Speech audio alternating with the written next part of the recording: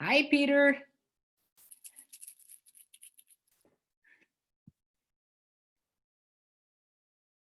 And Rossi.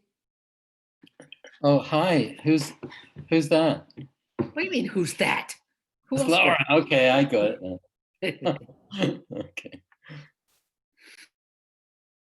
How you doing?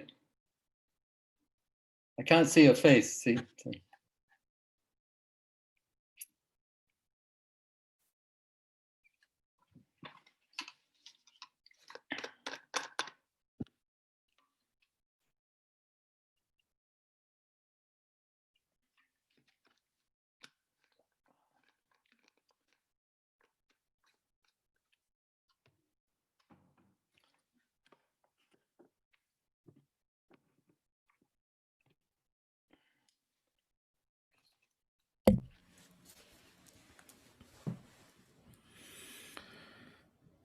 So good evening, everyone.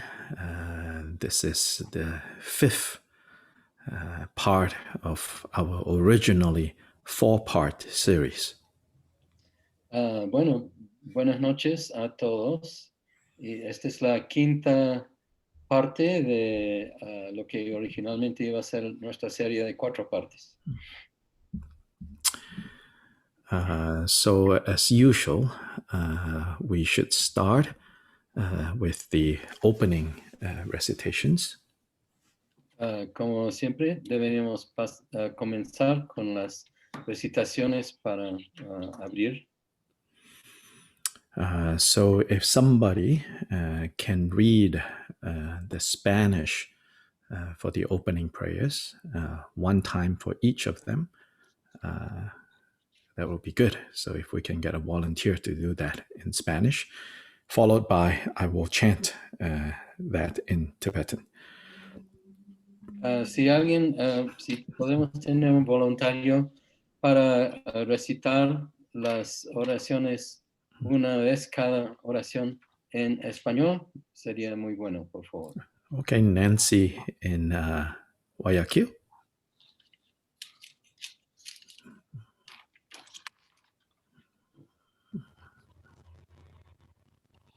Intención altruista de aspiración. Todas las madres, seres sensibles y limitados como el espacio, especialmente los enemigos que me odian, los obsesores que me dañan y aquellos que obstaculizan mi progreso hacia la liberación y la omnisciencia, que experimenten felicidad, que se separen del sufrimiento, rápidamente los restableceré en el estado insuperable, perfecto y completo del preciado despertar. Por lo tanto, hasta que alcance la budeidad, me comprometeré a la virtud en cuerpo, palabra y mente. Hasta que me muera, me comprometeré a la virtud en cuerpo, palabra y mente. Desde ahora hasta mañana a esta hora, me comprometeré a la virtud en cuerpo, palabra y mente. En el Buda, el Dharma y la Suprema Asamblea, tomo refugio hasta alcanzar la iluminación, que por el medio del dar y de las otras perfecciones, obtenga la budeidad para el beneficio de todos los transmigradores. Que todas las madres, seres sensibles y limitados como el espacio, obtengan la felicidad y las causas de la felicidad. Que estén libres del sufrimiento y de las causas del sufrimiento. Que nunca estén separados de la felicidad, libre de sufrimiento. Que moren en la ecuanimidad, libres del apego y aversión hacia aquellos que les son cercanos y lejanos. And so now I'm going to chant in Tibetan. Ahora voy a cantar en tibetano.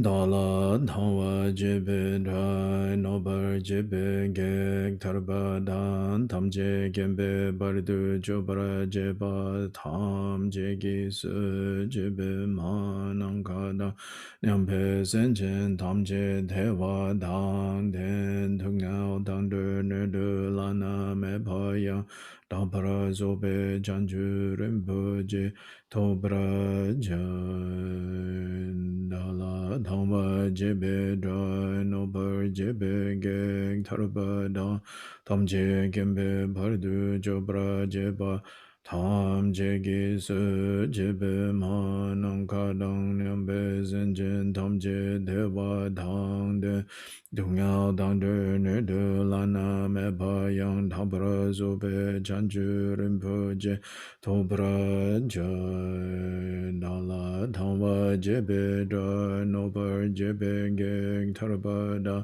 tam je kem be par du jo pra je pa tam je gi su je be ma nang ka dang nyam be sen chen tam che de wa dan den tung ya dan de ne du la na me pa ya da bra zo be chan ju rin pu je to bra je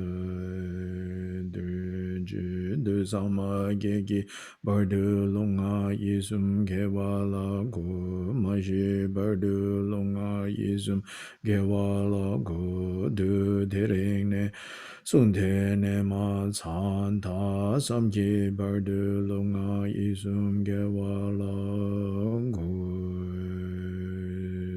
sang ge jo dan so ge jo nam la chang ju bar du ta ne gyab su ji da ge jin su ge be su nang ge ro la pen ji sang ge dru bra shu sang ge jo dan so ge jo nam la chang ju bar du da ne gyab su ji da ge jin su ge be su nang ge ro la pen ji sang ge dru bra shu sang ge jo dan so ge jo nam la chang ju bar du da ne gyab su ji da ge jin su ge be su nang ge ro la pen ji sang ge dru bra shu ma nang ka dang nyam be sen jen tam je de wa dang de we gin dan tam bra gyur ji dung ya dan dung ya gi gyur dan de wa gyur ji dung ya me be de wa dang me de wa gyur ji ne rin cha dan ni dang de we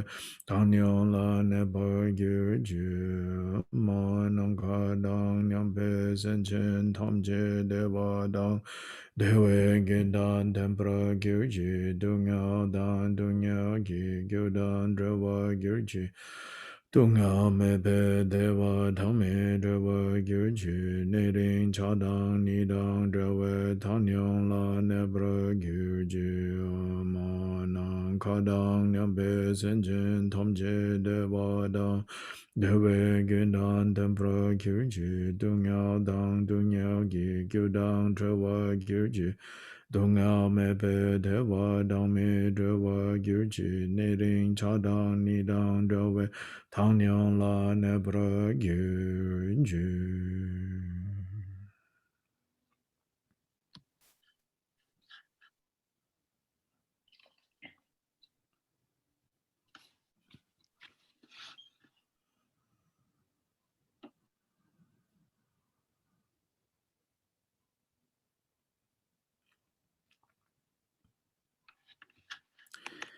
So let me take this opportunity to remind all of us, including myself, the meaning of these opening recitations. Voy a aprovechar la oportunidad de hacernos recordar tanto a ustedes como a mí mismo el significado de estas oraciones y recitaciones iniciales.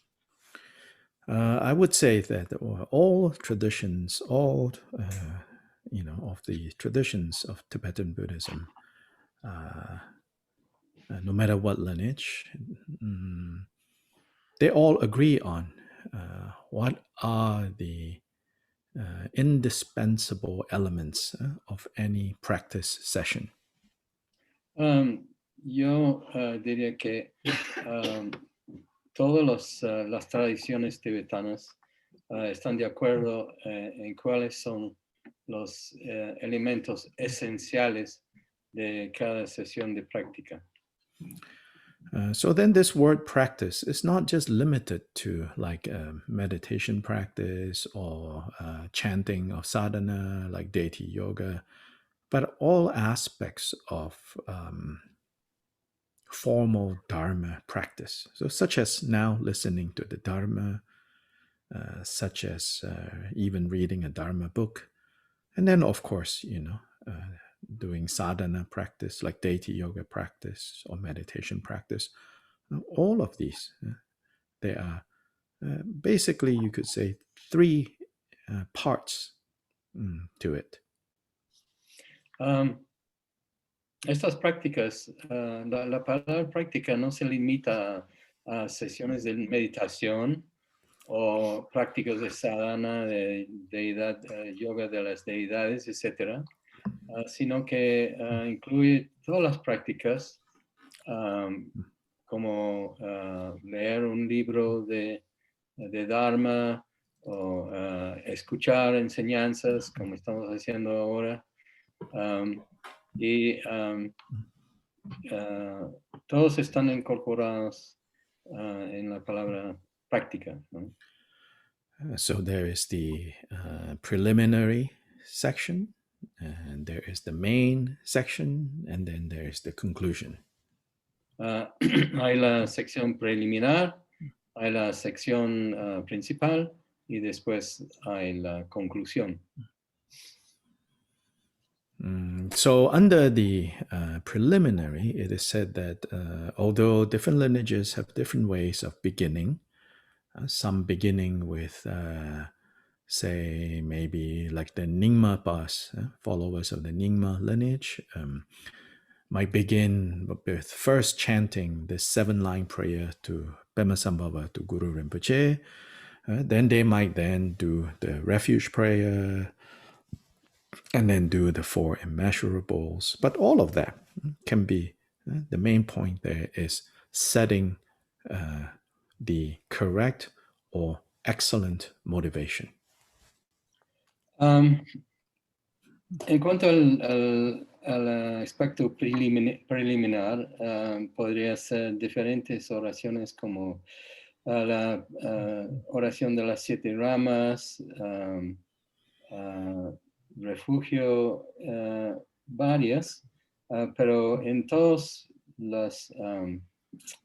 estas oraciones tienen en común establecer la motivación correcta para nuestra práctica. Then in the main part, it is said that we have to maintain an understanding, a attitude which is not fixated. So meaning not grasping, good or bad that arises during the main practice. We do not fixate, we do not grasp, we do not make a big deal out of it. Tenemos que establecer una actitud de no fijación, no aferramiento, que no nos apegamos a esta práctica. Not making a big deal doesn't mean, not giving heart to it, not taking it seriously. Not making a big deal means how to skillfully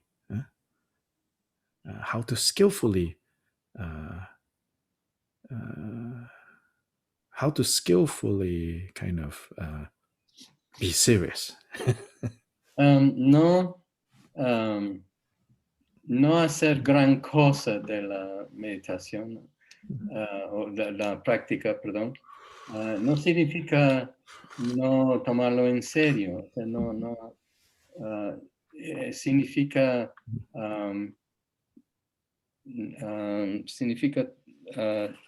no tomarlo en serio de la manera. Did you say skillfully? Practicar hábilmente, tomarlo en serio de manera hábil, no aferrado, apegado a la práctica.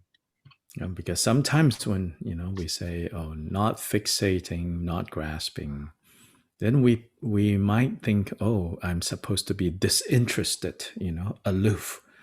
Actually, no. If you are disinterested and aloof to your practice, then that's just pretending to be not grasping.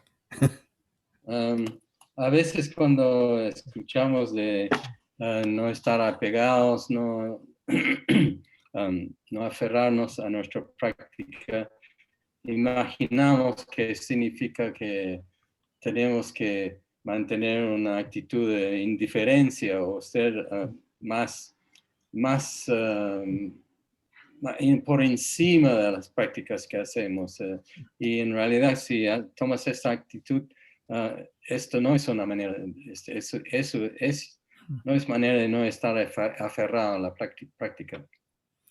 Not to grasp or not to fixate during the main part of the practice means not to have all kinds of expectations, like, oh, I want it to be this way, I want it to be that way, I hope I will feel this way, I hope I won't feel that way. Esto no aferrarnos, no fijarnos, no crear fijación, no significa no tener mayores expectativas durante la práctica, no imaginar que tienes que sentir de una manera o esperar que no vas a sentir de otra manera. So then the third part at the end is called the excellent dedication. Después, la tercera parte al final significa la excelente dedicación. So that when we have finished, when we have completed, when we have completed, the practice session, then we need to dedicate all the merit, all the good that have transpired to the enlightenment, to the awakening of all beings. Cuando hemos terminado esta práctica de dedicación, significa que vamos a dedicar la práctica del mérito de nuestra práctica a todos los seres sintientes. Yeah. So here, what we just did is the opening recitations. So the opening recitation that we just did is the typical opening recitation that we do in the Drukung Kagyu tradition. Lo que acabamos de hacer, la recitación de inicio, de apertura de la sesión, es la recitación típica que hacemos en la tradición Drukung Kagyu.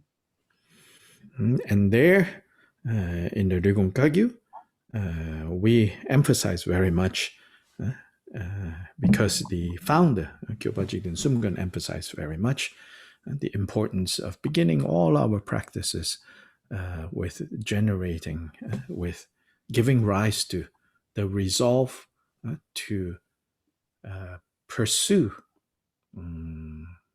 the state of Buddha.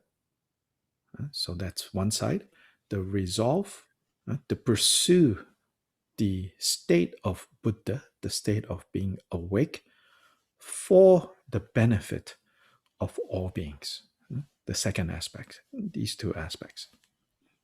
Y esto lo enfatizamos en la tradición Drukung Kagyu de modo de generar resolución para seguir, buscar, conseguir el estado de Buda para el beneficio de todos los seres sintientes. So this is sometimes, so briefly, this is called Bodhichitta, or the resolve for awakening.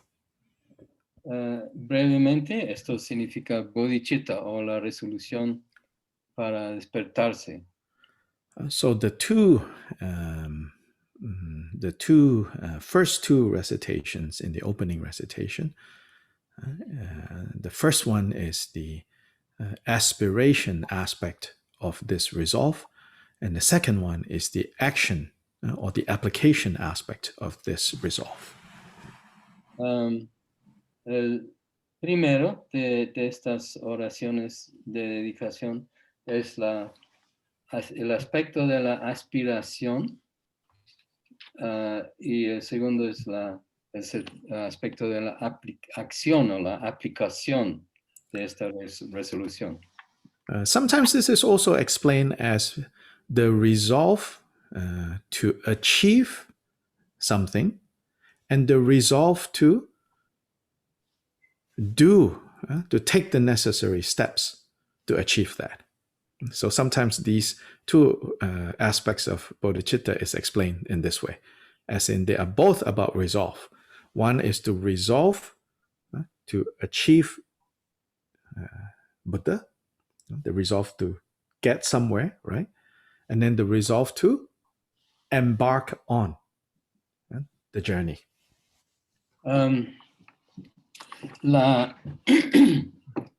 A veces se expresa estos dos aspectos que ambos son de aspectos de resolución. La primera siendo la resolución de lograr algo, en este caso lograr la budeidad, y segundo la resolución de seguir los pasos que corresponden a ese camino. And so the recitation that we do was in fact something composed by the founder, Kyopa Jigten Sumgan.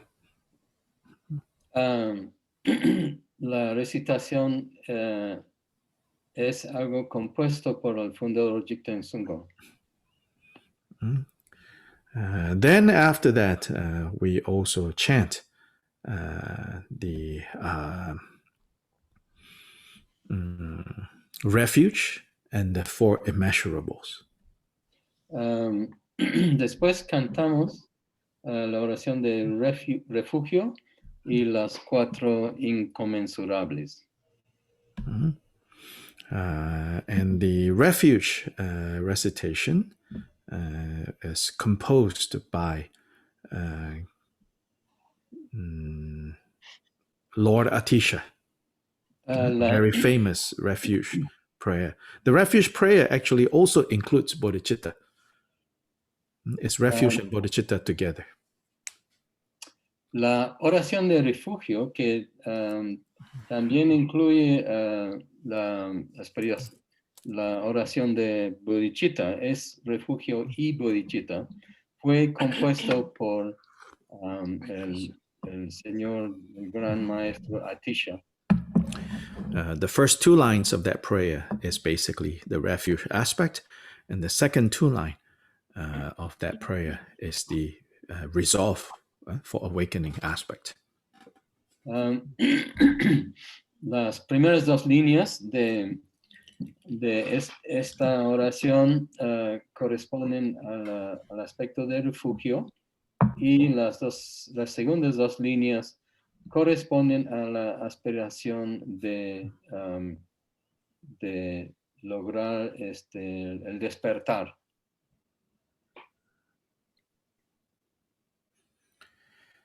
So then, okay, now, so we've done, so this is just briefly the opening recitations that we do. So now, it's, if you remember, another aspect of, in the context of especially requesting and receiving teachings, we also do what is known as Mandala Offering and a formal request for the teachings.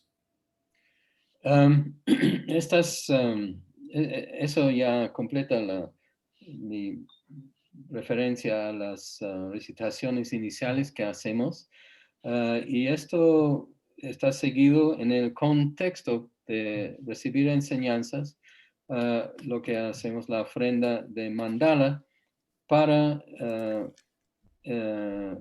pedir enseñanzas. So you can listen to some brief comments that I made about Mandala Offering that we did in the last class. So all these sessions, we have all of them on the Drikung Dhammakirti YouTube channel. Pueden escuchar algunos comentarios que hice en la última sesión sobre ofrenda de mandala, y todas estas enseñanzas, las charlas, están en el YouTube channel de what is it? Dhammakirti. Dhammakirti.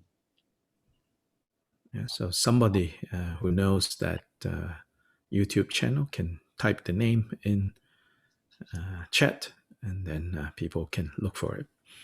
So first, the Mandala Offering. It's okay, you don't have to translate that. I'm calling out to some of the people who know what's going on. They can post that. Za shi bugi juju medo dra rira linshi ninde genpa de sanje shindu mingte polwa ye dogo namda shingla gewar shu kuzung yongso lame tso namla chinang sansun deshi niki jo dalu longcho nangsi yongshe la lame jogi nge du tse du so jase wadang jujing shangpa dang 제세 이랑 구싱 소와예 개와 중세 다기 지상바 삼제 소배 전주 주르고 옴구르 대바 다기니 라나 맨달라 프라데자소 zemje 남기 삼파다 로예 지다 지다바 제준 도몬 대바예 조기 골로 골두소.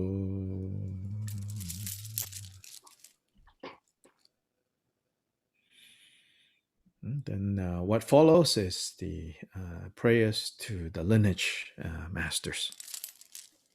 Y lo que sigue son las oraciones a los maestros del linaje.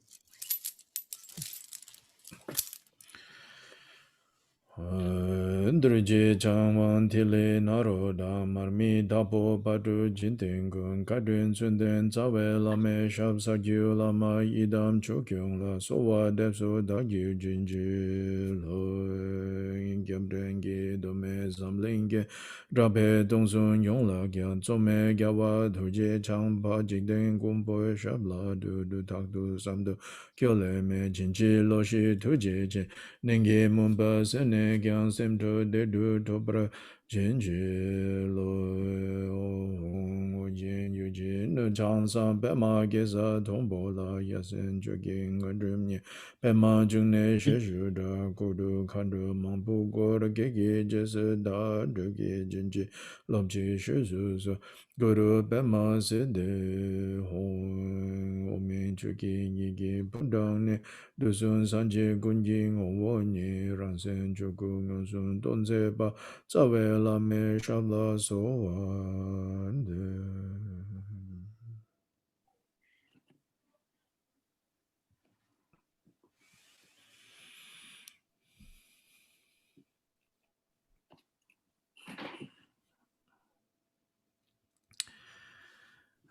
So now the main part of the teaching, finishing up on this very pithy text, but very well written and very short, pithy, short text, but very well written, well expressed text on these three important elements that we have to ensure that we have for our practice. Ahora, la parte principal de las enseñanzas, la última parte de este texto, muy bien escrito, muy conciso, sobre los tres aspectos esenciales que todos debemos tener para nuestra práctica. So this was composed by Je Rinpoche Tsongkhapa, and is known as the three principal aspects of the path.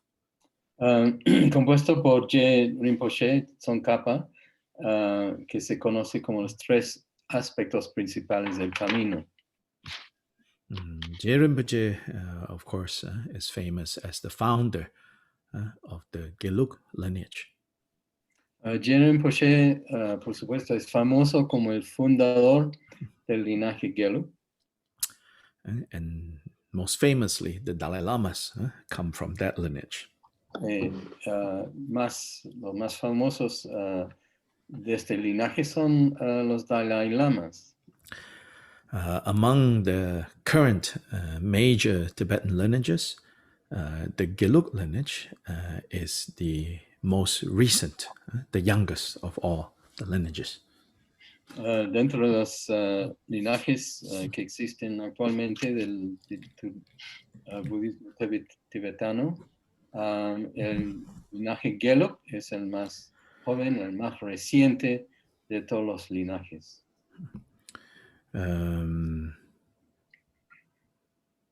Whereas the other currently major lineages, such as the Kagyupa, Sakyapa, Nyingmapa, whereas these lineages, the founders, you can say, of these lineages,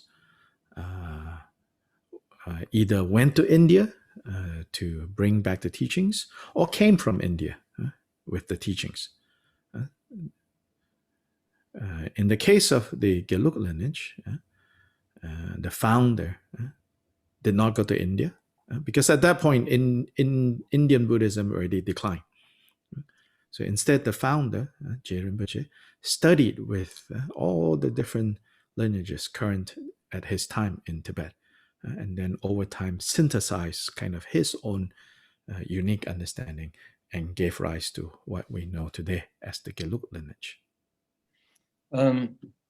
En contraste con los fundadores de los 3 otros linajes más antiguos, como Sakyapa, Kagyupa, Nyingmapa, todos los fundadores de esos linajes fueron a la India para recibir las enseñanzas de los más altos maestros o vinieron de la India al Tíbet para traer las enseñanzas.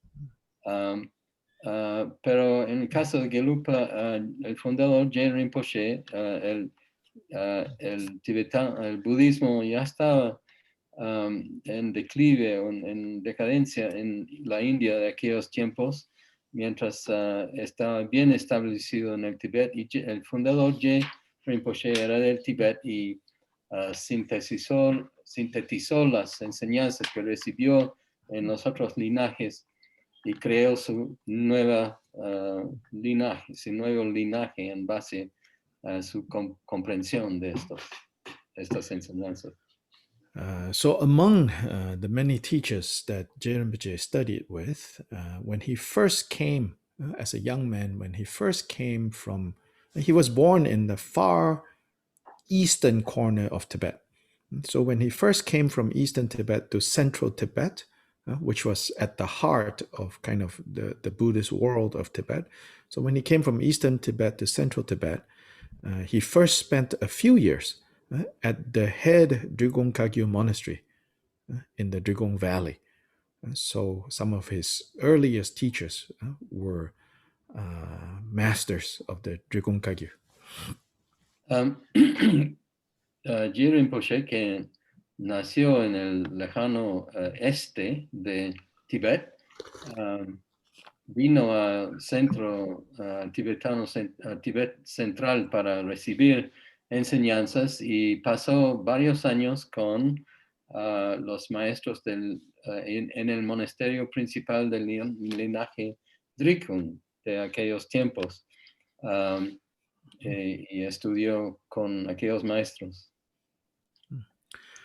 So especially when I look at this 14 verses, 3 principal aspects of the path, when I look at this text, especially in that section where he discusses emptiness, how his discussion of emptiness is like inseparably tied with his discussion about interdependence and cause and effect, especially that part, I really feel a kind of a very strong presence of Drugong Kagyu kind of emphasis. Cuando leo este texto, especialmente en la parte última sobre la vacuidad y la sección sobre interdependencia, causa y efecto, siento en especial una conexión de J. Rinpoche con el énfasis del linaje Drikung. So now, before we go to, before I talk about the rest of this text, if we can have a volunteer to read this entire text, maybe two people would be nice to read in Spanish. One person first, the first 7 verses, and then another person the next 7 verses. That'll be great. Ahora, si pudiera leer, antes de leer, comentar este texto, si pudiéramos tener 2 voluntarios para leer la primera y segunda parte, primero y segundo 7 versos de este texto en español. And then those of you who don't know Spanish, like myself, then we should read in English during this time quietly. Y los que no conocemos, no sabemos español, deberíamos leer el texto tranquilamente en inglés mientras recitan los voluntarios. So 2 volunteers, please. Yo leeré la primera parte, ¿está bien? Oh, good, Pablo. Homenaje a los maestros nobles y preciados. El significado esencial de todas las enseñanzas de los Budas, el camino que alaban los nobles bodhisattvas y la puerta de entrada para los afortunados que desean hallar la liberación, en la medida de mis capacidades, ahora los voy a explicar. Vosotros que no tenéis apego a los placeres del samsara y que os esforzáis por hacer buen uso de las libertades y condiciones favorables, vosotros que seguís el camino que deleita a todos los Budas, oh seres afortunados, escuchad bien con una mente clara y abierta. Mientras falte la pura renuncia, será imposible apaciguar la sed incesante por los placeres en el océano del samsara. Y puesto que todos los seres vivientes están atados por el ansia de existir, primero debes hallar la determinación de liberarte. Las libertades y condiciones favorables son difíciles de encontrar y no hay tiempo que perder. Contempla esto una y otra vez y elimina el apego a esta vida. Para disipar el apego a tus vidas futuras, reflexiona una y otra vez sobre los efectos infalibles del karma y los sufrimientos del samsara. Cuando, por estar acostumbrado a pensar así, ya no esperes ni por un momento hallar placer alguno en el samsara, y de día como de noche anheles la liberación, entonces, en ese momento, habrá nacido en ti la auténtica renuncia. Pero si esta renuncia no está acompañada por la motivación pura de la Bodhichitta, no se convertirá en causa para la dicha perfecta del despertar insuperable. Así pues, las personas sensatas deben generar la Bodhichitta suprema. Los seres son constantemente arrastrados por la fuerte corriente de los 4 ríos, ligados por las cadenas estrechas del karma, tan difíciles de deshacer, capturados en el férreo cepo del aferramiento al yo y envueltos en la espesa oscuridad de la ignorancia. Sigo la siguiente. ¿Sigo? Una y otra vez renacen en el samsara interminable, constantemente atormentado por las tres formas de sufrimiento.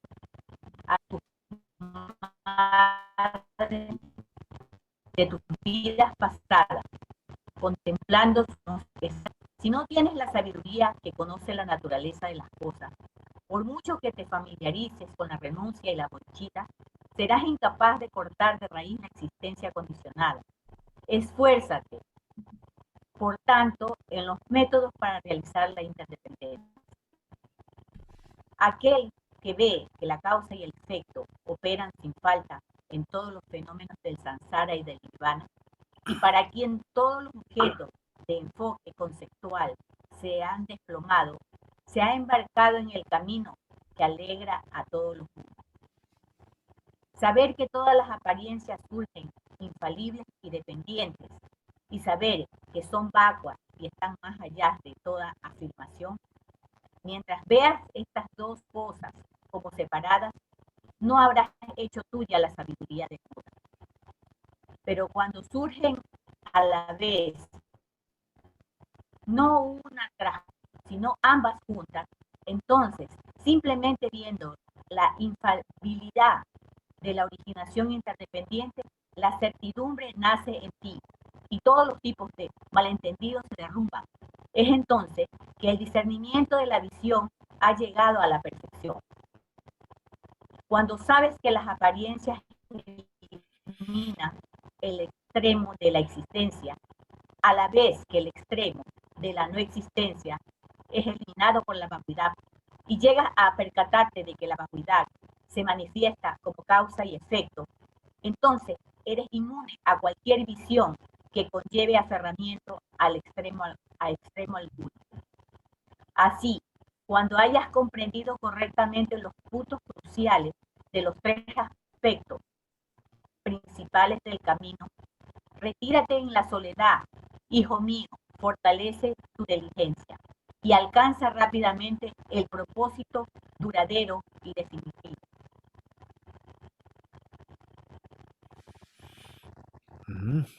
Thank you. So these 14 verses, the first verse,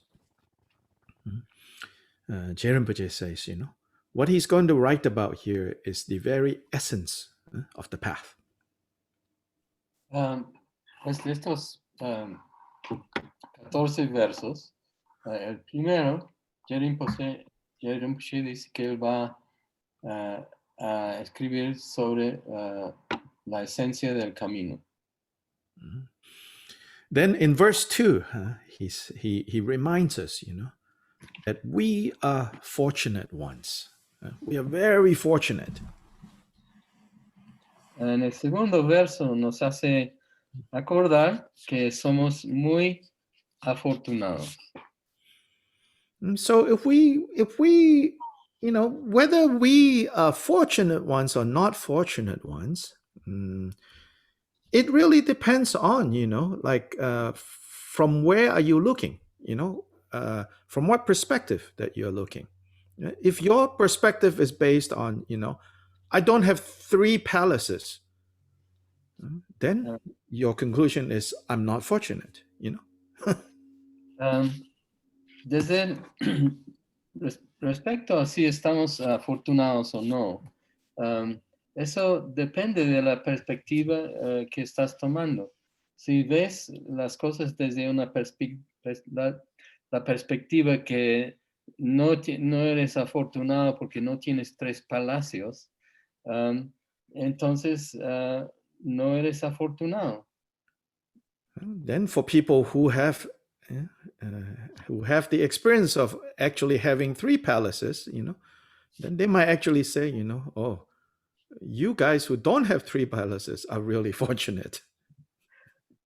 Pues desde la perspectiva de una persona que sí tiene 3 palacios, tal vez vea a los demás que no tengan 3 palacios y puede decir, ustedes son los afortunados.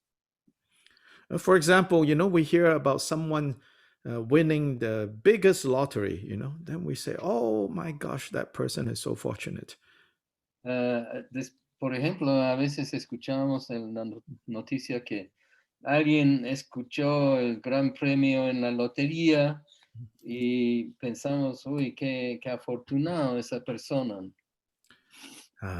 But apparently, most people who win such lotteries end up very unhappy and miserable. Aparentemente, la mayor parte de la gente que gana esas loterías terminan infelices y miserables.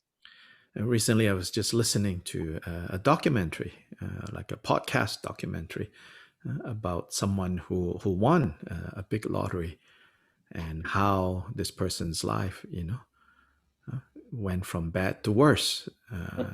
Initially, a period of excitement, and then very soon, friends that he never knew he had all turn up. Then very soon, he was just miserable. Recientemente estaba escuchando una grabación, un podcast sobre una persona justo que ganó una de esas loterías, unos premios estupendos. Y su vida fue de mal en peor, ¿no? Que después de una fase inicial de emoción, pues comenzaba a llegar amigos que él ni se acordaba que tenía, y su vida terminó, él estaba realmente muy infeliz. So in this, I think it was Patru Rinpoche, very famous teacher of the 19th century. Patru Rinpoche, he said, those of you who have one yak has the suffering of having one yak. Those of you who have 40 yaks have the suffering of 40 yaks, So if you have one yama, you have the suffering of one yama. You have 40 yamas, you have 40 suffering of 40 yamas. Patru Rinpoche, un famoso maestro del siglo XIX, dijo que si tienes un yak, tienes el sufrimiento de un yak. Y si tienes 40 yaks, tienes el sufrimiento de 40 yaks. Y así, igual, si tienes un yama, aquí en los Andes tienes el sufrimiento de un yama, y si tienes 40, sufrimiento de 40 yamas. So here, when Rinpoche said that we are really fortunate ones, why are we fortunate ones? We're fortunate because, think about, how many, over 7 billion people in this world, how many people have any interest in the Dharma? What are the chances that it's you that has interest in the Dharma that will liberate, that will free you? What are the chances? Think about that, In that sense, you have won a meaningful lottery. Rinpoche dice que de todas las personas en el mundo, ahora como 7 billones, así, cuando pensamos si somos afortunados o no, de todos estos 7 billones, ¿cuáles son las posibilidades que tú seas una de las personas que tenga interés en el Dharma y en la cosa que realmente te puede liberar del sufrimiento? And so, we are truly fortunate because not only that, that we have the interest and that we have, we're attracted to the Dharma that liberates, we also have all the conditions that are necessary.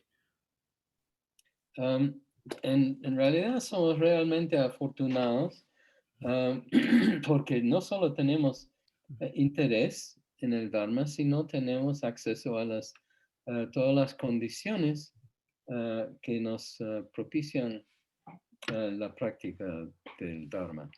And we are also free of the obstacles, the hindrances that will prevent us from practicing Dharma. Y somos libres de los obstáculos que nos impiden obtener la liberación a través del Dharma. So this is the reference here in the second line of the second verse, when it talks about the liberties and the favorable conditions. Y pues este es el mensaje aquí en la segunda línea del segundo, cuando habla de las libertades y condiciones favorables. And so then he says, for those of you, who have these conditions, these favorable conditions, these freedoms, these liberties, now, with a clear and open mind, please listen. Y entonces, después, terminando este segundo verso, él dice que ustedes que siguen este camino, los afortunados ahora, escuchen bien con una mente clara y abierta. Clear means, free from distraction. Clara significa libre de distracciones. Open means, spacious. Abierto quiere decir espacioso. Don't get stuck, don't fixate. No quedan atracados, no quedan fijaciones. Analyze, but don't argue. What's the point of arguing? Analicen, pero no discuten. ¿Qué propósito tiene discutir? Or as His Holiness the Dalai Lama often says in public teachings, he says, what I'm going to do here is to offer you some ideas, offer you some considerations, What you find to be applicable and useful, you take, What you find to be, don't make sense, you don't agree, then he said, just leave that alone. Como dice el Dalai Lama frecuentemente en sus charlas públicas, lo que voy a hacer aquí es les voy a ofrecer algunas ideas y propuestas que pueden servirles, y lo que ustedes encuentran útiles, los llevan, y lo que no encuentran que tiene valor, lo dejan. The next 3 verses is on the first principal aspect of the path, which is renunciation. Los próximos 3 versos son sobre la primer aspecto esencial del camino, que es la renuncia. And I find the 4th line of the 3rd verse as a great, so succinct summary of what it means to cultivate renunciation, which is here defined as the determination to be free. La cuarta línea de este tercer verso, yo encuentro que es un resumen excelente de la cultivación de la renuncia, que es the definition of renunciation. La definición, perdón, de la renuncia, que es la determinación de liberarte. Debes hacer allá la determinación de liberarte. I don't know, how you guys hear the word renunciation, but in Asia, especially, if you say renunciation, people think, very sad, becoming a monk, walking away from the family and all friends, entering into some jungle, never to be seen again. They think renunciation, they think it's something like this, Pues yo no sé cómo ustedes acá escuchan, reciben la palabra renuncia, pero yo sé que en Asia, cuando mencionas la palabra renuncia, la reacción es muy, qué triste, qué penoso, que vas a retirarte, vas a ser monje, vas a desaparecer en una selva y nunca más le vamos a ver. Ese tipo de reacción, ¿no? Maybe for you guys, you might think about, becoming a nun, entering into the cloister, never speaking again, Oh, that's renunciation. Ustedes tal vez sientan, uy, hacerse monje, entrar al claustro, nunca más hablar, algo así cuando escuchan la palabra renuncia. But here, and then, especially then when we think renunciation is like that, then you think, oh, renunciation has nothing to do with me. It's impractical for me. It's irrelevant to me. Y si reaccionamos así cuando escuchamos esta palabra, podemos pensar, bueno, esto no tiene nada que ver conmigo, no es práctico para mí, no es posible para mí, etcétera, la renuncia. But here, this definition here, the determination to be free. If we understand that this is what renunciation really means, then do you want to be free or not? Then suddenly, it's relevant to me. It's relevant to you. Who wants to be shackled? Who wants to be stuck? We all want to be free. And so we need to focus on this determination to be free. Pero aquí, en esta línea, cuando vemos esta definición, la determinación de liberarte, la determinación de ser libre, ahí ahora sí hace un clic. ¿Quién no quiere ser libre? ¿Quién quiere estar encadenado, atracado? Entonces, de esta manera sí es relevante para nuestras vidas la renuncia. So we want to be free, yeah? Queremos ser libres. And need to be focused on wanting to be free. Y tenemos que enfocarnos en querer estar libres.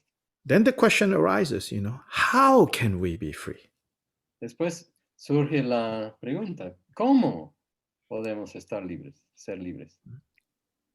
And how can we be truly free?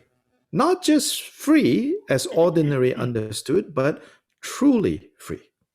¿Y cómo podemos ser verdaderamente libres? No libres en la forma que normalmente lo entendemos, pero realmente, verdaderamente libres.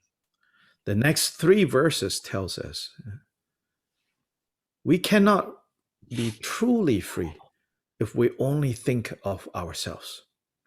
Los próximos 3 versos nos dicen que no podemos ser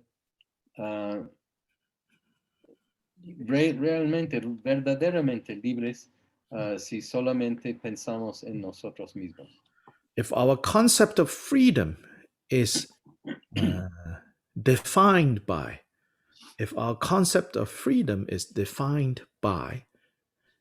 and grounded in this notion of self, then it will never lead to the freedom that we're looking for.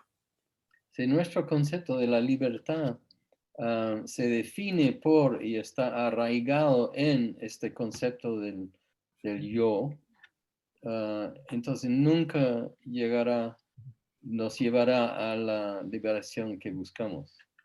Because in the end, what are we shackled by? What are we, imprisoned by? We are shackled, we are chained down by this concept of I, me, mine. Porque al final, ¿qué es lo que nos encadena? ¿Qué es lo que nos encarcela? Es este concepto del yo, del mío, etcétera. Yo, mío. So they are the jailers. Estos son los carcelarios. So in wanting to be free, if we end up, continuing to pay the salary of the jailers, how in the world are we going to be free? Si queremos ser libres, pero seguimos pagando el sueldo de los carceleros, ¿cómo en este mundo vamos a ser libres? So then these next 3 verses is about bodhicitta. And bodhicitta, the root of bodhicitta is love and compassion, radiated love and compassion that embraces all beings without exception. Y pues los próximos 3 versos tocan este tema del bodhicitta, el amor y la compasión que libera a todos y a todo. How do we cultivate this love and compassion without limit? By looking at all beings in this world as having been our mothers. ¿Cómo cultivamos este amor y compasión? Mediante la visión de todos los seres del mundo de cómo han sido nuestras madres. The ability to see all of them as being our old mothers with warmth, you know, our old mothers. This expression in Tibetan, ma gen, our old mothers. ¿Cómo cultivamos esta capacidad de ver a todo el mundo como habiendo sido nuestras madres? Como dicen en Tibet, nuestras viejas madres. Including those that we now perceive to be doing things that harm us or harm those that we care about. Incluyendo a aquellos que percibimos como gente que nos ha hecho daño o está tratando de hacernos daño. We still have to work on seeing them, regarding them as our old mothers, but right now, especially these mothers, they are so under the power of suffering and confusion that they are basically, you could say, have lost their mind and are doing harmful things towards their children, us. And imagine, if they momentarily become free from this confusion and realize that they're harming their children, how much, they would regret that. Es no solo cultivar compasión para esta gente, pero comprender que están tan perdidos los que hacen daño, que están tan... Es como si hubieran perdido su cordura, su mente, su capacidad de entender el daño que están haciendo a nosotros mismos, sus hijos.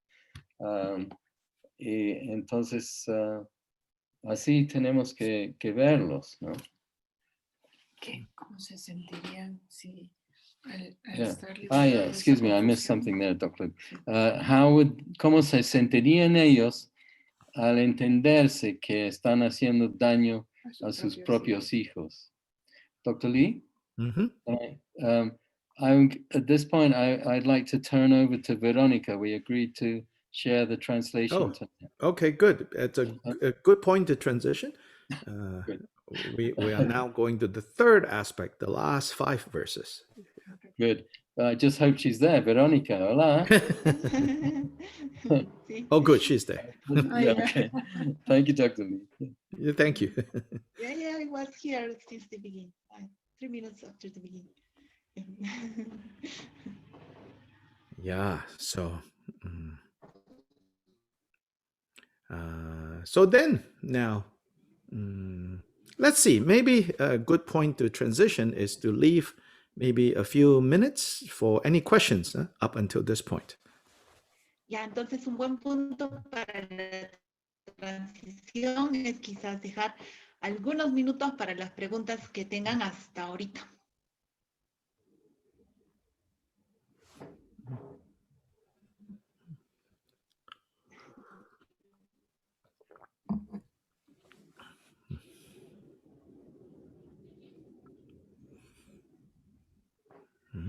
If not, let's just go to the third aspect, which is the wisdom aspect. And that there are 5 verses from 9 to 13 is on that third aspect.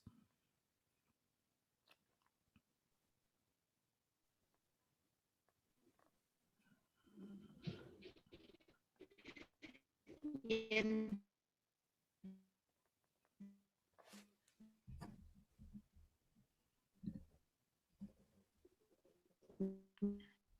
Ya, entonces, si no tienen preguntas, vamos a ir al tercer aspecto, que son hasta el verso 13.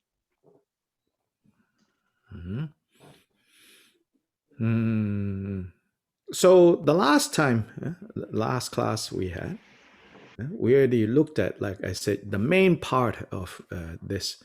If you want to understand this section, you should listen to the last class that we had. So what I want to do for today is to especially look at verse 13, the final verse.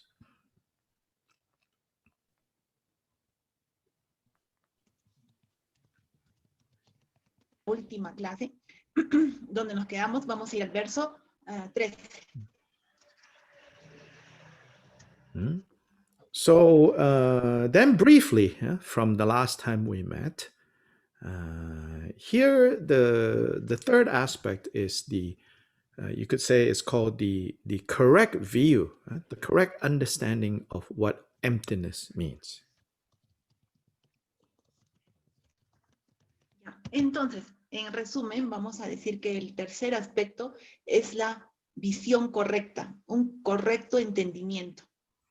And we see how Rinpoche here, in his discussion on emptiness, in fact, he didn't use the word emptiness that much.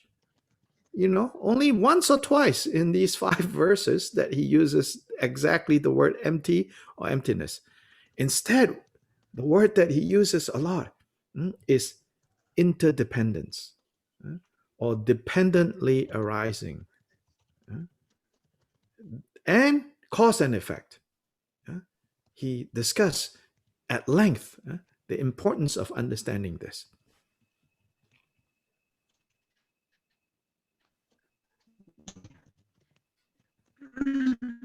Entonces vemos cómo ya Rinpoche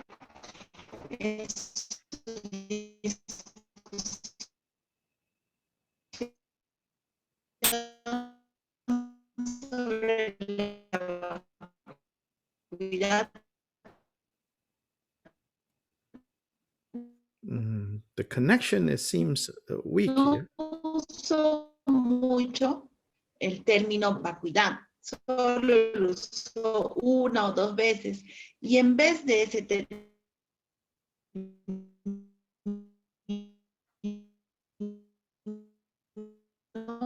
uso el término interdependencia o surgimiento, es lo que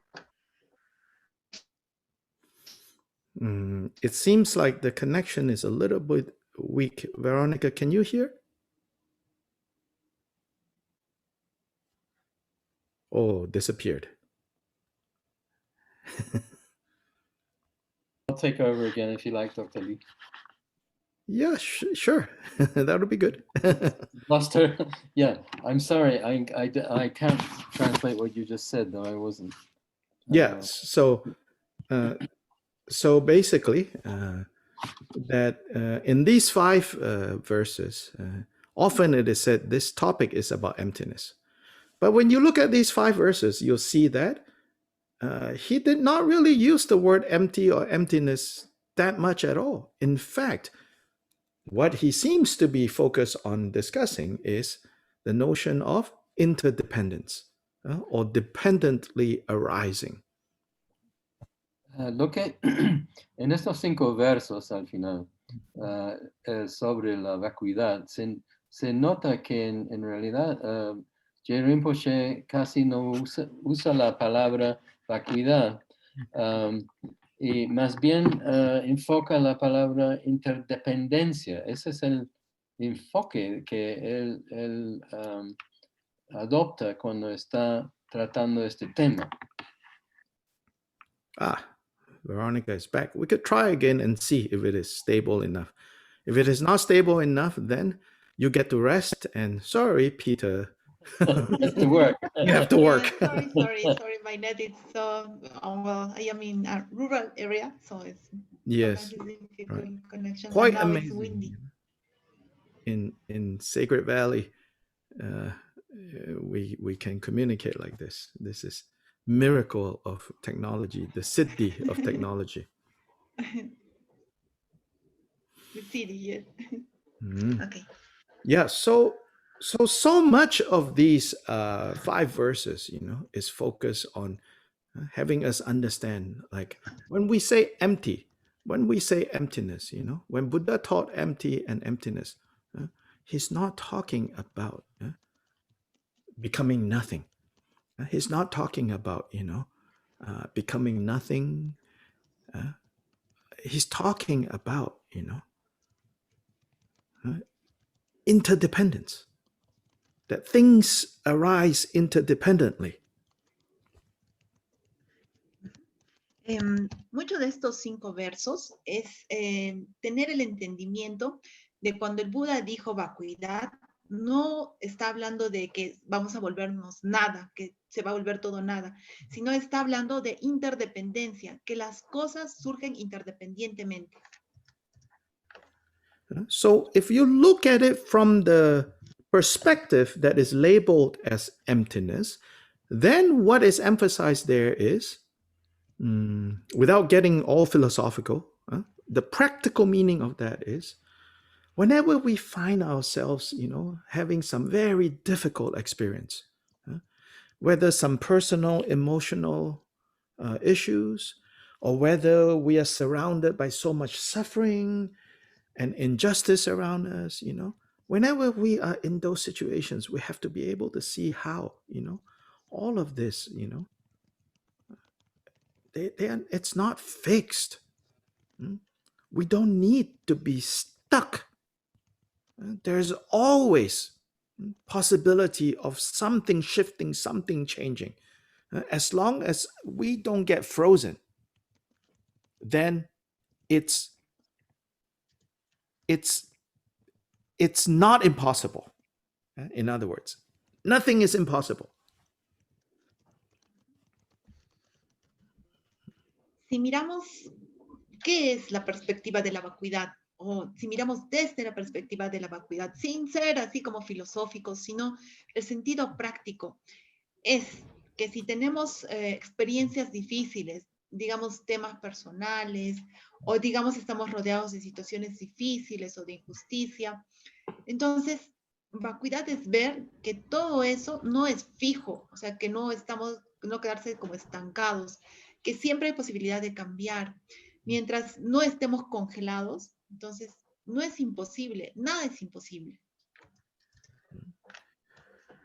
And so, in the Buddha's teaching of emptiness, it is not, to say, therefore nothing matters. No, Buddha's teaching on emptiness leads us to say, therefore, change is possible. Therefore, freedom is possible. Entonces, en las enseñanzas de la vacuidad que nos enseñó Buda, no quiere decir, entonces, como todo es vacuidad, por eso nada importa, ¿no? O por eso, dice, no es que nada importa, sino que el cambio es posible, que la libertad es posible. Esas son las enseñanzas de Buda.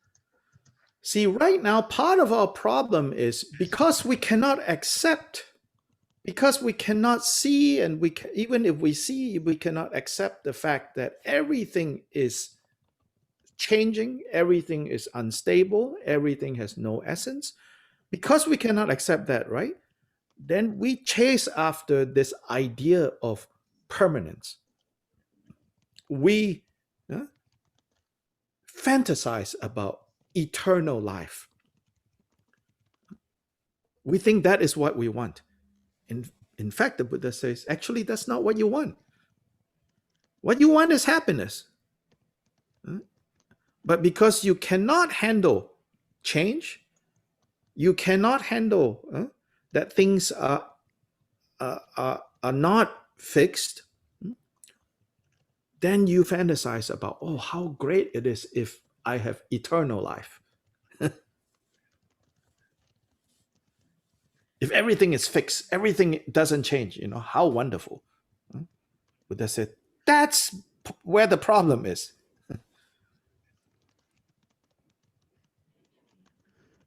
Entonces, ahora, parte del problema es que no podemos aceptar, vemos, pero no aceptamos que todo cambia, que todo es inestable, que nada es permanente. Nosotros perseguimos la idea de la permanencia, fantaseamos en la vida eterna y pensamos, eso es lo que queremos, que nada cambie.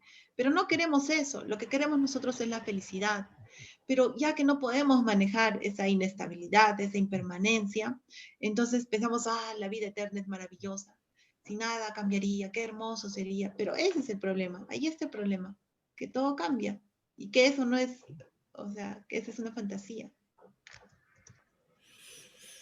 So I sometimes joke, I said, like if you really understand, this what Buddha is saying, then when some like evangelical missionaries, knock on your door and say, do you want to have eternal life? You can sincerely say, no, actually, thank you. I don't need that. Okay, bye-bye. And actually mean it sincerely, not just making fun of them, but really, oh, no, that's okay. I don't need eternal life. Okay, bye-bye. Entonces yo a veces bromeo y digo, si realmente entenderíamos lo que el Buda quiere decir, cuando los misioneros evangélicos toquen nuestra puerta y nos digan, ¿quieres la vida eterna? Entonces diríamos, no quiero. Pero realmente decirlo, ¿no? Sinceramente, no quiero, chao. Entonces, digamos, esa sería nuestra respuesta sincera, ¿no? Because this is when we understand, like, first of all, that is impossible.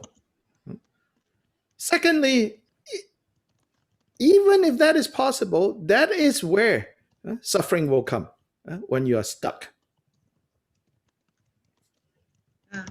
Y porque eso es entender, ¿no? Primero, porque sería imposible, vida eterna sería imposible. Y aunque sería imposible, sería terrible. Quedaríamos como atrapados, como estancados, fijos. So Buddha says, why you think you want permanence is because you cannot accept impermanence. El Buda dice, ¿por qué piensas que quieres permanencia? Porque tú no puedes ser capaz de aceptar la impermanencia. And he says, take one step back and can you see that therefore both permanence and impermanence are conceptual projections that depend on each other. Without one, you cannot have the other.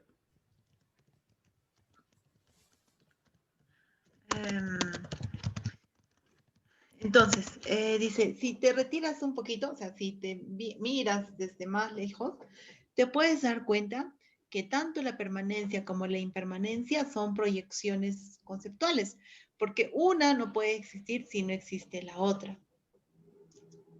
So this is like the real big view,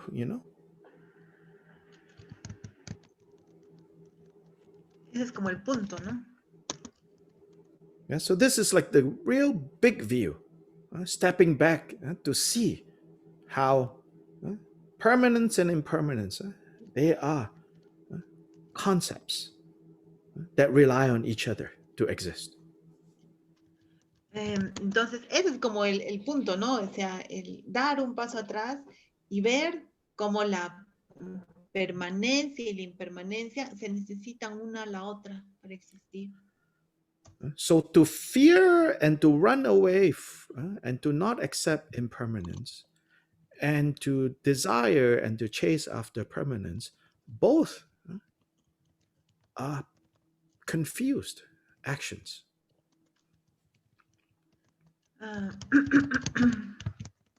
Entonces, tener miedo, correr, no aceptar la impermanencia y también querer que todo sea permanente, ese es confundir, estar confundido. Son acciones que tienen confusión. Therefore, on verse 12, second line of verse 12, it says, when you see this dependent origination, when you see the dependent nature of everything, such as in this case, permanence and impermanence, and all the fears and hopes related to permanence and impermanence, right? When you see this unfailing, this principle of dependent origination, then certainty is born. You have clear understanding. And then at that point, it says, all modes of misapprehension, the third line, fall apart. All these concepts that used to be so powerfully controlling our lives, they all fall away.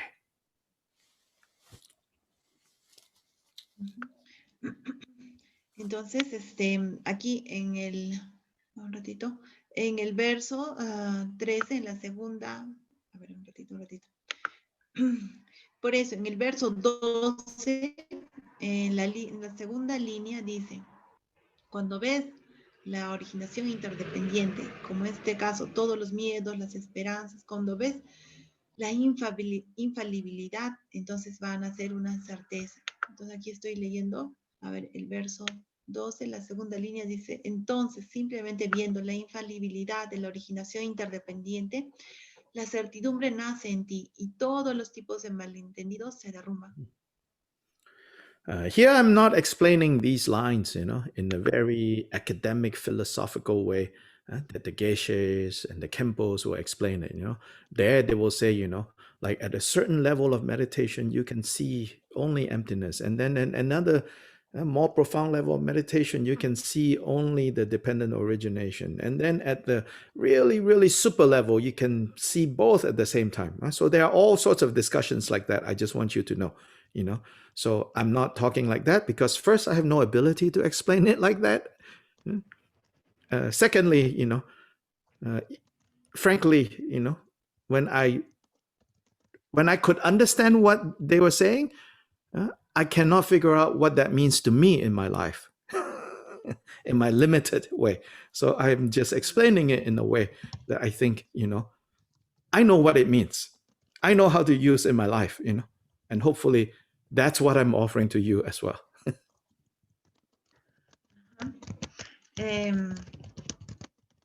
Entonces aquí no estoy explicando estas líneas como de una manera, un nivel filosófico, ¿no? Donde si los geshes, los maestros, filósofos dicen, en tal nivel de meditación vas a saber lo que es la vacuidad, y en tal otro nivel de meditación vas a saber lo que es la interdependencia, y en tal otro nivel vas a ver como los dos de ellos al mismo tiempo. No voy a hablar de eso primero porque no tengo la habilidad para explicar sobre eso. Y aún si tuviera la habilidad y aún si lo entendería, no sabría cómo aplicarlo en mi vida. Porque lo que les voy a ofrecer es lo que significa para mí la vacuidad en mi vida, ¿no? Entonces, eso es lo que estoy enseñando, ofreciendo. The other aspect in these 5 verses here, on this correct view, is also to emphasize that even though generally we say, samsara is a mistake, right? The state of confusion is a mistake, yeah? The confusion itself is a mistake, right? But the way that things kind of unfold, things kind of play out, right? They nonetheless play out or unfold following a unmistaken principle, which is cause and result.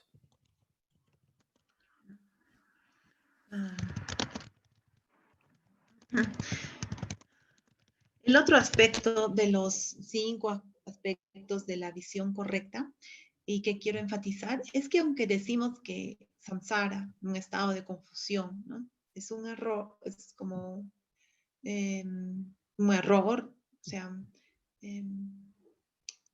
you say samsara is a mistake. Yeah, often we say samsara is a mistake, as in samsara is confused existence, right? Yeah, sí. Then Entonces, sometimes we make the mistake, and even some Buddhists talk like this. They say, therefore, everything is just messed up, including even karma. They will say that's messed up, But no, according to Kyoba or according to Rinpoche, and before Rinpoche, Kyoba Rinpoche, a few centuries before, emphasized so much, like, no. The confused part is your confusion. And precisely you're confused about how things actually play out, how things actually unfold. Things unfold without mistake according to the principle of cause and effect. Ya. Entonces, el otro aspecto de los 5 aspectos en la visión correcta es enfatizar que aunque decimos que samsara es un error, porque samsara es una existencia de confusión, y es bueno, muchos maestros dicen también que es caótico, que incluso el karma y todo es caótico. Bueno, la parte de la confusión, la parte caótica es la de nosotros, pero en realidad cómo las cosas se desenvuelven, cómo las cosas se dan, siguen un principio que no tiene error, que es infalible, que es la causa y efecto. Eso los dice Ye Rinpoche y muchos siglos atrás nos indicó también Kyoba Ixtensungo. So this piece, is really very meaningful, very important for us to understand from this section. Y esto es muy importante, estas piezas son muy importantes que nosotros entendamos correctamente. On line 3 of verse 11, it says, as long as these two appear to you as separate, if you think, emptiness is one thing, and then dependent arising according to cause and effect is a separate thing, that you have to, like, say, transcend, cause and effect, and to arrive at emptiness to become Buddha. If you have that understanding, then you are mistaken. It's not like that. Ya, y esas en el verso 11, en la línea 3 dice, también nos indica que si vamos a entender esto como cosas separadas, ¿no? Como decir, vacuidad es una cosa y lo otro es la originación interdependiente o causa y efecto, y que tenemos que trascender la causa y efecto para llegar hacia el estado de vacuidad, entonces eso no está bien. Nosotros estamos equivocados, tenemos el error nosotros.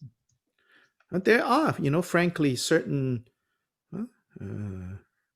teachers or certain traditions, you just look around, when they talk about this emptiness, cause and effect, and they go overboard, in praising emptiness, go overboard in kind of like saying nirvana is beyond everything, beyond cause and effect, and then it gives people the impression, like cause and effect is part of the problem. No, cause and effect is not the problem. Not understanding cause and effect is the problem.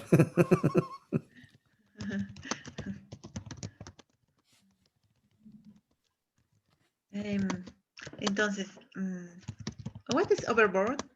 Like overpraise? Yeah, like overpraising, Desbordar. Ya.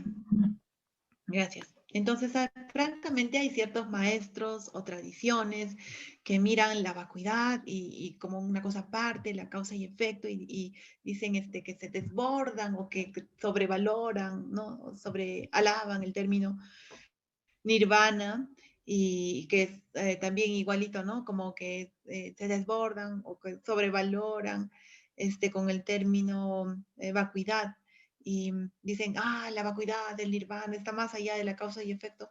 Pero precisamente ese es parte del problema, no entender qué es la causa y el efecto. Yeah, so when when that kind of understanding, which people think, oh, that is Buddhism, then we lose, the main point that the Buddha was teaching, which is really about cause and effect. You could say that even the teachings about emptiness is for the purpose of us doing what? Not creating the 10 non-virtues. And to engage in the 10 virtues.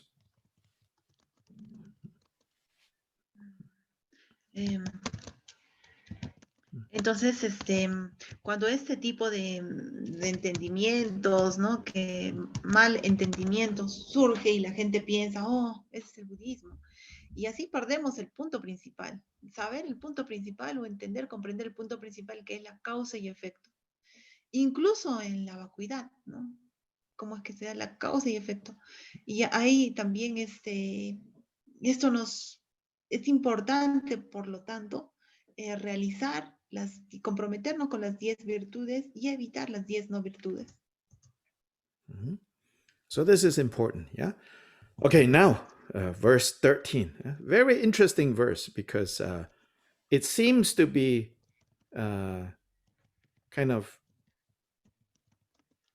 it seems to be like when you first look at it, you think, wait, somebody made a mistake with the translation maybe. Ya, ahora sí vamos a ir al verso número 13. Y este es un verso bien interesante. Cuando miramos, parece que, o podríamos pensar, ¿no? Ay, parece que se han equivocado en la traducción. Pero no es así. So let's look at verse 13. So please read that once in Spanish. Ya. Entonces dice, verso 13. Cuando sabes que las apariencias eliminan el extremo de la existencia, a la vez que el extremo de la no existencia es eliminado por la vacuidad, y llegas a percatarte de que la vacuidad se manifiesta como causa y efecto.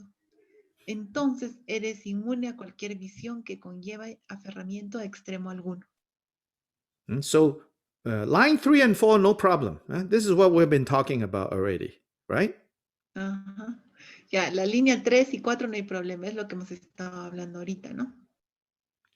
But line 1 and 2, it says, line 1, when you recognize that appearances dispel the extreme of existence, you say, wait, don't you mean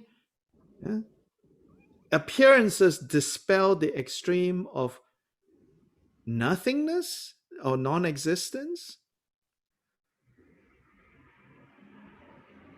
Yeah. And the next one, it says, while the extreme of non-existence or nothingness is eliminated by emptiness. You're like, wait, don't you mean the extreme of nothingness is eliminated by appearances?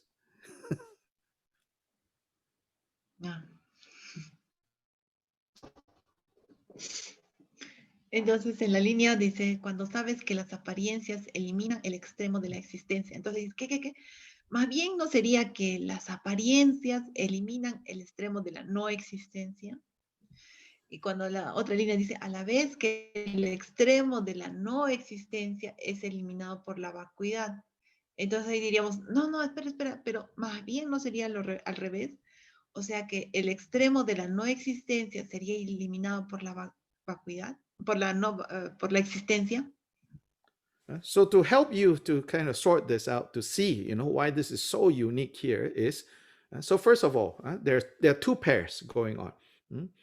Appearance and emptiness is one pair.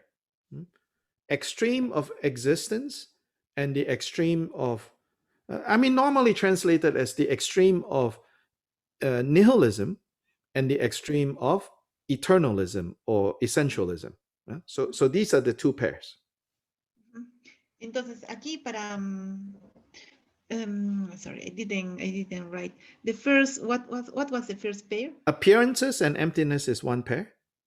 Yeah. Like the Heart Sutra, form and emptiness. So appearances and emptiness is one pair. Then the other pair is the extreme. These are the two extremes, right?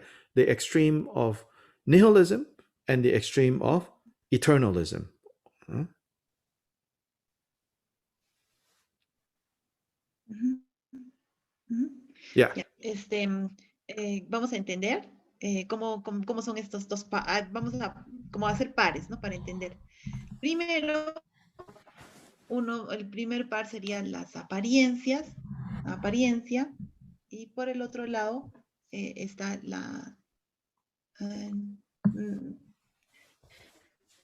apariencia y la existencia. Y por el otro lado está el nihilismo, el extremo del nihilismo y el extremo del eternalismo.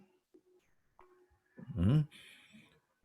So the normal explanation is, yeah, in order to not, this is the normal explanation, not the explanation that J. Rinpoche is giving here. The more conventional explanation is, in order to not make the mistake of thinking nothing whatsoever exists, nihilism, right, the extreme of nihilism, then you look at how appearances exist. Sight, sound, smell, taste, touch. These are appearances. What appears to the mind? Sight, sound, smell, taste, touch. And thoughts. All these 6 types of appearances constantly arising. Therefore, when you recognize that, then you won't fall into the extreme of thinking nothing whatsoever exists, nothing whatsoever matters, nothing whatsoever is happening. That's the normal explanation. Ya, a ver, ahora la explicación normal que dan, no J. Rinpoche, sino una explicación normal, es que para no caer en el error de que nada existe, que sería el nihilismo, el extremo del nihilismo, es mirar cómo existen las apariencias, es decir, el sentido de la vista, del olfato, del tacto, del oído y del sabor y los pensamientos, estos 6 tipos constantemente aparecen. Entonces, si uno piensa, no, nada existe, pero estas apariencias, estos sentidos existen. Entonces, eso es como para no caer en ese error, ¿no? Esa es una explicación normal. Mm-hmm. And on the other hand, again, the more conventional explanation is to say, so that you don't make the mistake of this extreme view of eternalism or essentialism, you have to understand emptiness, that nothing is fixed, nothing is sure, nothing have an essence. In that way, you won't fixate. So that's the usual explanation. Entonces, y por otro lado, la explicación convencional sobre el eternalismo, para que no tengamos una visión extrema del eternalismo, es pensar en la vacuidad, que nada es fijo, nada es seguro, nada es quieto, ¿no? Entonces, de esa manera vamos a contrarrestar esa visión extrema del eternalismo. Esa es la, digamos, es la explicación más convencional que nos dan. But here, J. Rinpoche turns the explanation almost like upside down. Pero aquí, J. Rinpoche cambia esa explicación más o menos de cabeza, o sea, al revés. But it's not really upside down. This is a more profound understanding. Pero no es al revés, ¿no? Sino que es más bien un entendimiento muy profundo. Because he says, the real problem or the real meaning of the extreme of existence, translated in English is called extreme of existence. Let me look at the Spanish. The extreme of existence, yes. Yeah. Or we say, normally we translate as eternalism. Yeah.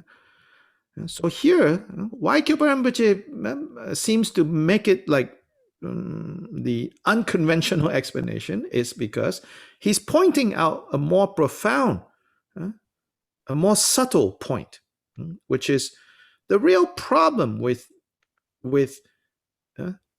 holding on to the extreme of existence is that if you really hold on to the idea of existence, which means everything is fixed, right? That's the real meaning of the extreme of existence, which is everything is fixed. Everything is fixed. Nothing changes. If everything is fixed and nothing changes, then nothing can appear. No possibilities anymore. Everything is already fixed. Table will always be table. Chair will always be chair. Up will always be up. Down will always be down. Heavy will always be heavy. Light will always be light. Nothing will ever change. And if that's the case, then no appearances is possible. Because appearances by nature is only possible when things are dynamic. Change is possible.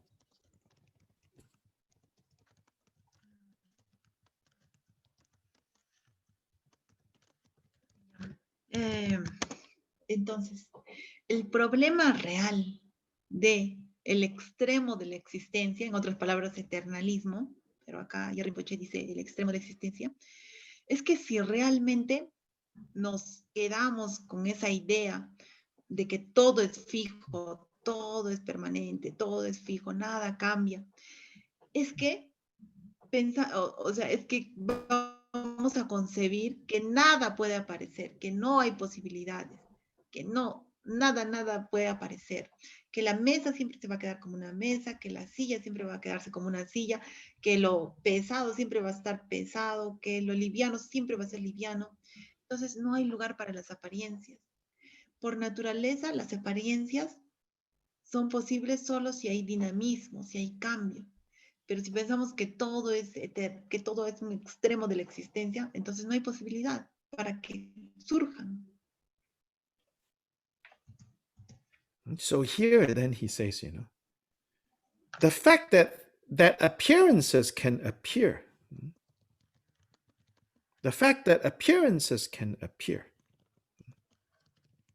tells us that the belief in like nihilism is a wrong belief.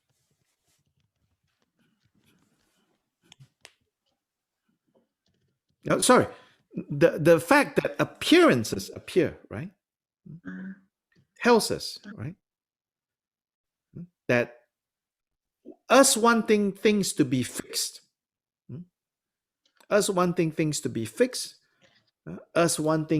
to not change is misguided. That is the extreme of existence. That is misguided.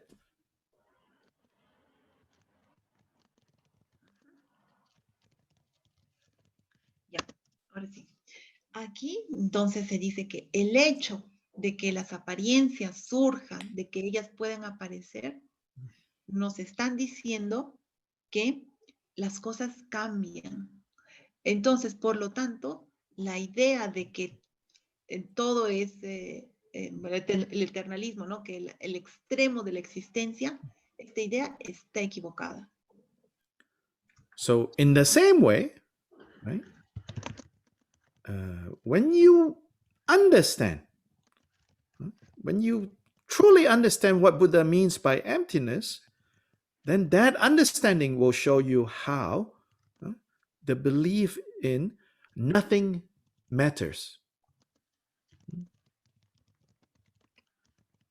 which is the extreme of nothingness, right? Nothing matters. You will understand that that attitude is misguided.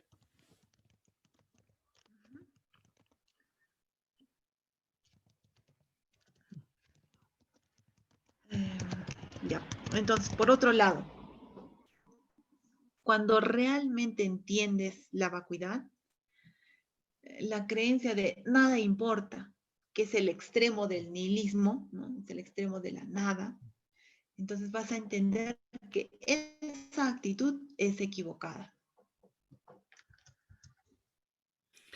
Again, there's very philosophical and very abstract, explanations that we can give on these two lines. Again, I don't have the ability to give that kind of explanation. And then secondly, at one time when I did learn about how to explain it, even when I got it, I still didn't know what to do with it, So I can only share with you what I think, what I can explain, and also what I find to be meaningful.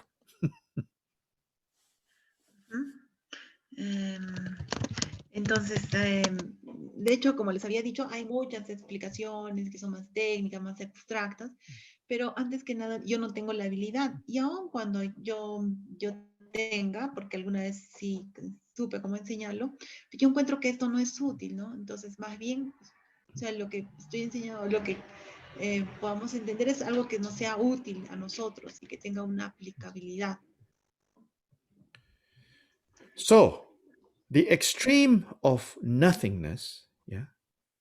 What does that mean? It's when we feel, so take away philosophy, take away theory, all of that. The extreme of nothingness is when we give up because we feel nothing matters anymore. Nothing has any meaning anymore. And give up. Give up on life, give up on doing anything, give up on changing, give up on practice because you're so disappointed. You say, nothing I do makes a damn difference. That's when you have fallen into the extreme of nothingness.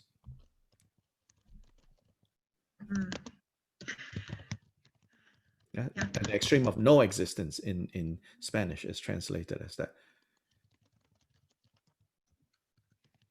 Or nihilismo, we can say.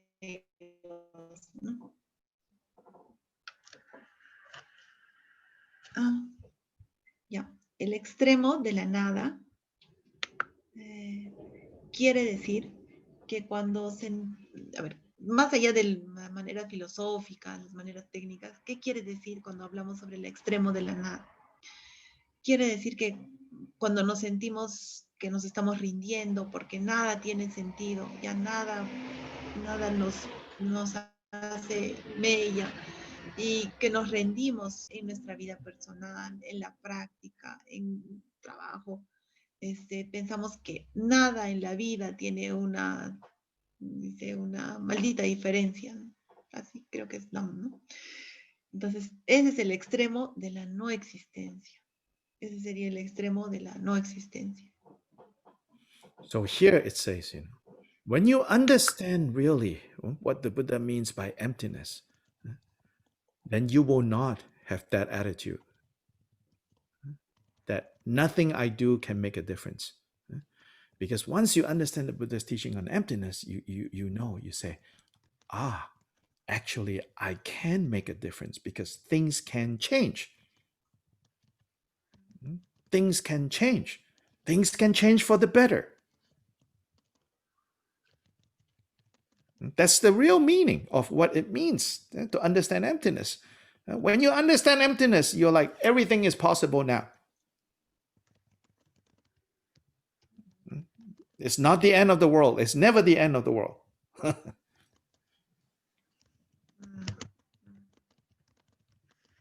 Entonces, aquí dice que cuando de verdad entendemos lo que el Buda quiere decir con vacuidad, entonces no estaremos pensando, nada de lo que haga hace la diferencia, ¿no?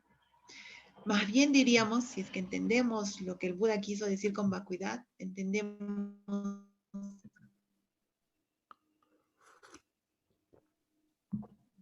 y decimos, yo puedo hacer una diferencia.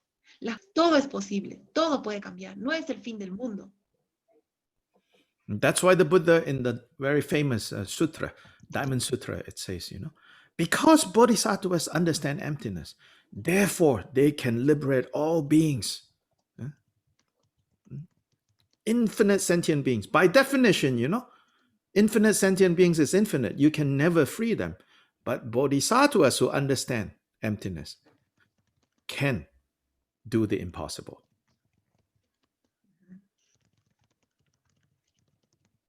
Dice, es por eso que el Buda en el Sutra del Diamante dice, ya que los bodhisattvas entendieron la vacuidad, ellos pueden liberar a infinitos seres sintientes. Infinito es como algo imposible porque es infinito, pero ellos pueden hacer cosas imposibles. ¿Por qué? Porque han entendido la vacuidad, que nada es imposible.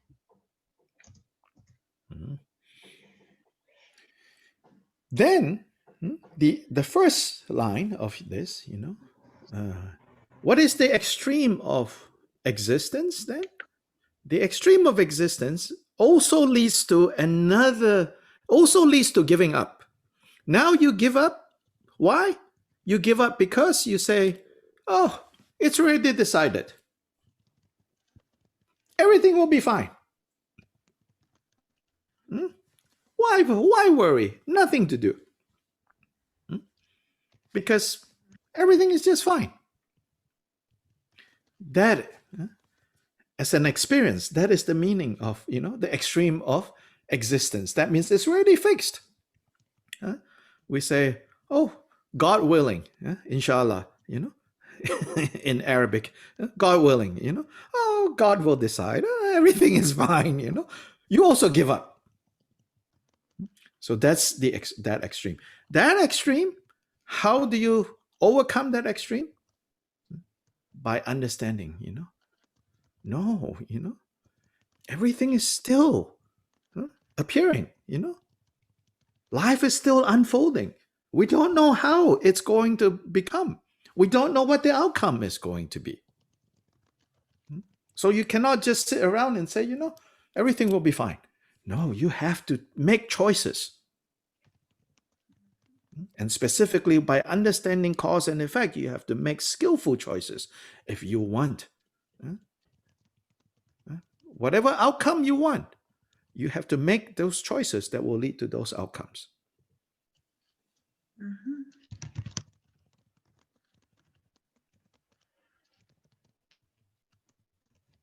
Nothing is guaranteed, good or bad. Not guaranteed. We have to make choices.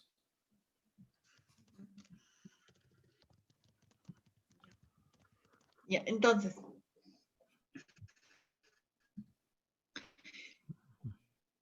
tener como también el extremo de la visión del extremo de la existencia, eso también nos lleva a rendirnos. Decimos, ya, pues todo está decidido.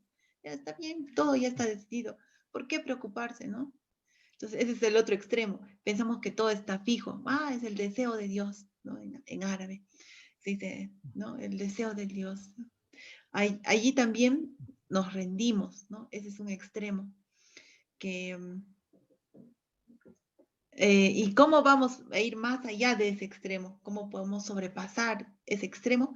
Es a través del entendimiento de que es apariencia y las apariencias pueden cambiar. Y no sabemos cuál es el resultado. ¿Por qué no sabemos? Porque los resultados van a darse según nuestra elección. Todo se está desenvolviendo. Entonces, si tenemos elecciones, entonces vamos a obtener lo que buscamos. Y ahí encaja perfectamente lo que es causa y efecto.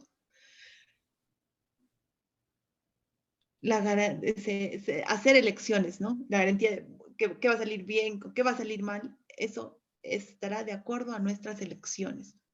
Entonces, todo eso es para ir más allá del extremo de la existencia, de pensar que todo es fijo y ya decidido. So here, when it comes to, we're talking about emptiness, we're talking about the two extremes, all these teachings, why the Buddha gave all these teachings.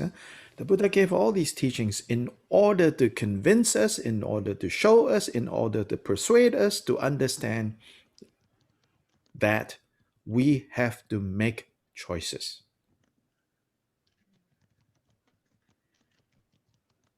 Entonces, cuando estamos escuchando hablar sobre lo que es vacuidad, causa y efecto, todo eso, ¿por qué el Buda nos enseñó? Es para convencernos, para decirnos, para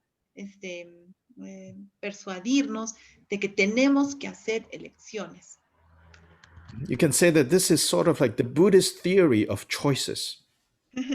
Podemos decir que esa es la teoría budista de las elecciones And the importance of acting. y la importancia del actuar. If you don't act, you have already acted.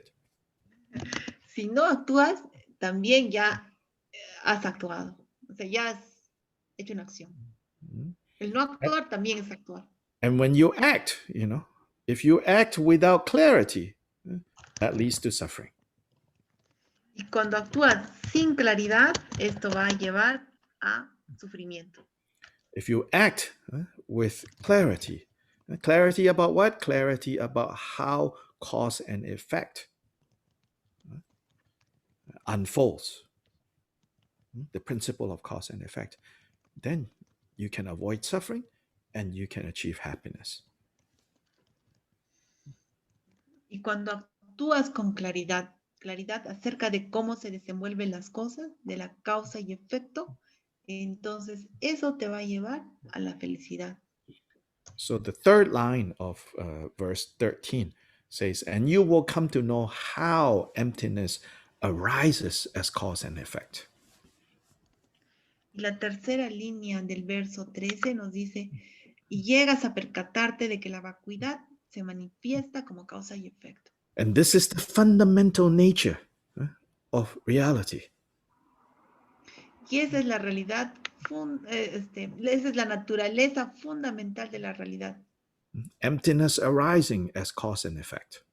Vacuidad surgiendo como causa y efecto. Cause and effect is possible because of emptiness.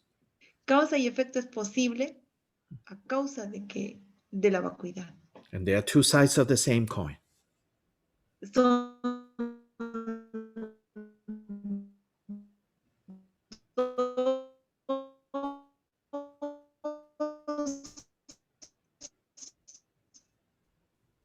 lados de la misma moneda. The front and the back, the front and the back of your hand, La parte frontal y la parte dorsal de tu mano, ¿no? Right? Then the final line says, then you will become immune, the final line of verse 13. Then you can become immune from any view that involves clinging to those extremes.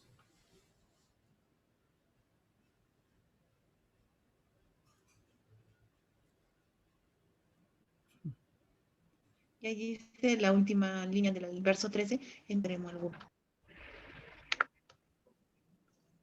Can you listen to me? I think can you say that again? I think you were gone for a little. Yeah. Entonces, entonces la última línea del verso 13 dice, entonces eres inmune a cualquier visión que conlleve aferramiento a extremo alguno. Yeah. So here, and what is the point? And what is the point of being free from these extremes? It's so that we don't give up. That's the meaning of to be free from the extremes. We don't give up on acting skillfully. We don't say, oh, it's meaningless. There's no point doing anything. Or, there's no point doing anything because, not because nothing has any meaning, because everything has been decided, So those two extremes basically block us, right, from making skillful choices.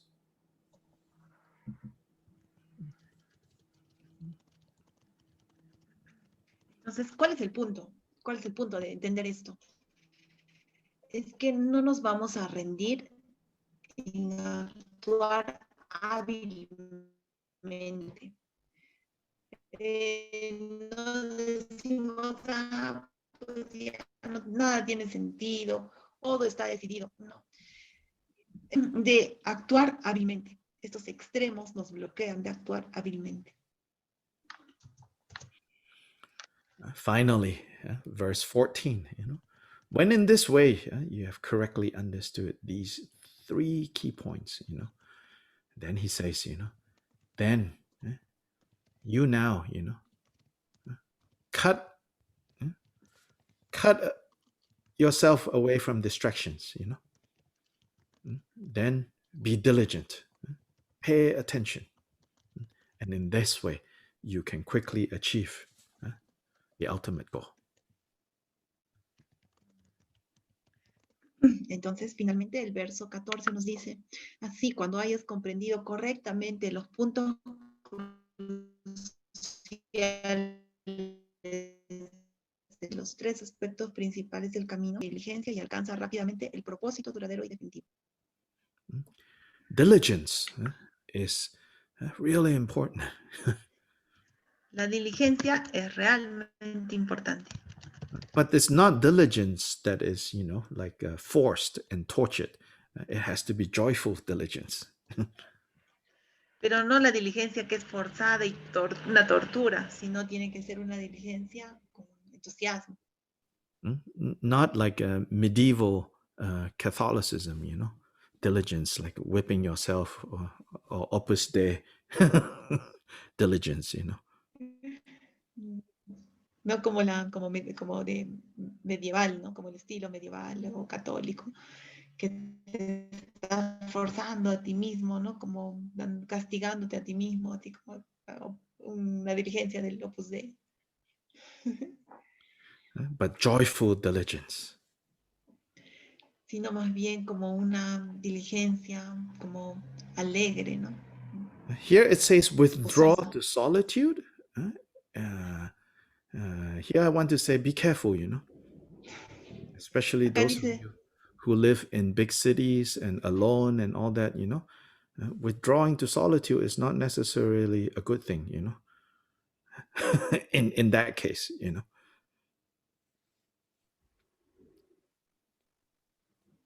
if you live in big cities, big city, then you're already already, disconnected from your community, you're already very lonely, don't withdraw to solitude, okay? This is misunderstanding dharma. Entonces, por ejemplo, para aquellos que viven como en grandes ciudades, como desconectados de sus, ¿no? de su sociedad, de las personas, entonces no malinterpreten esa línea que dice retírate en la soledad, hijo mío. Esto pueden darle otro sentido a esta línea. But if you live in a culture, which I think many of you still do, where your family, and your friends constantly want you to socialize with them, hang out with them, all of that, then you have to do a little bit more of this withdrawal, to solitude, because there's no end to that, continuously. And you're not helping them, you're not helping yourself.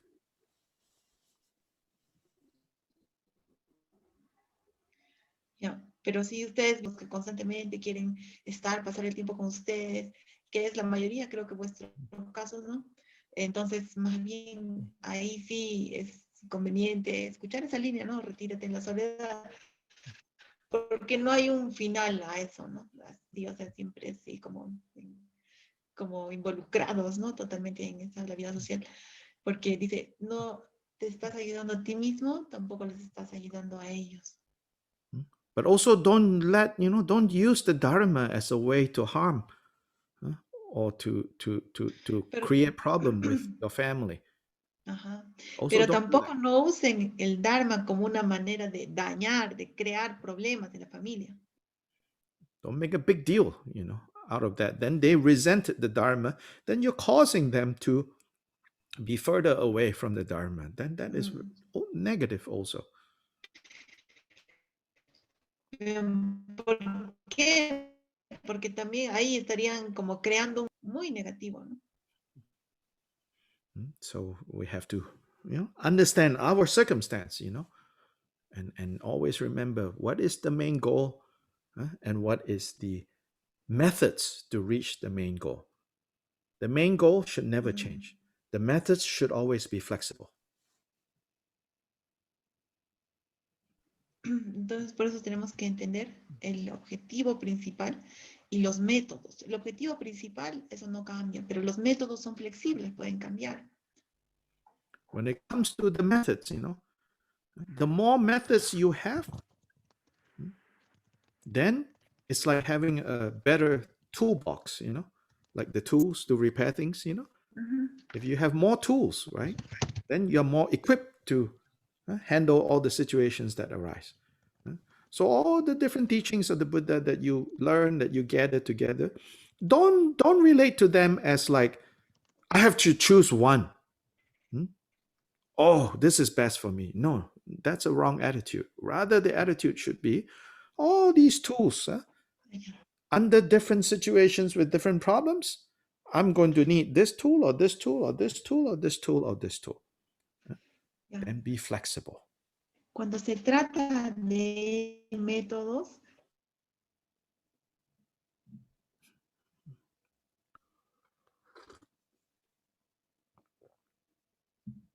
Uh-oh. Uh-oh. Peter?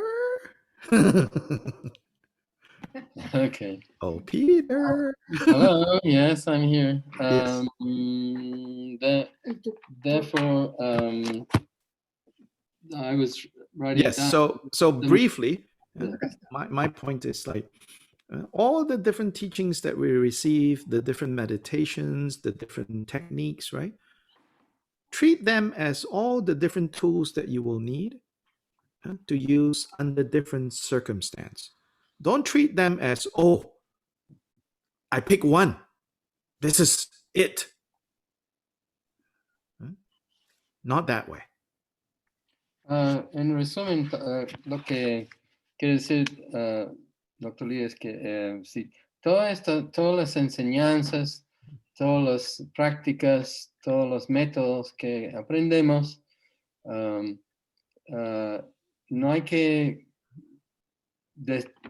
pensar que hay que elegir uno de estos y enfocar en eso y decir, este es el que tengo que utilizar y enfocar, sino que tenemos que aplicar todos estos enseñanzas y métodos según la situación de manera flexible.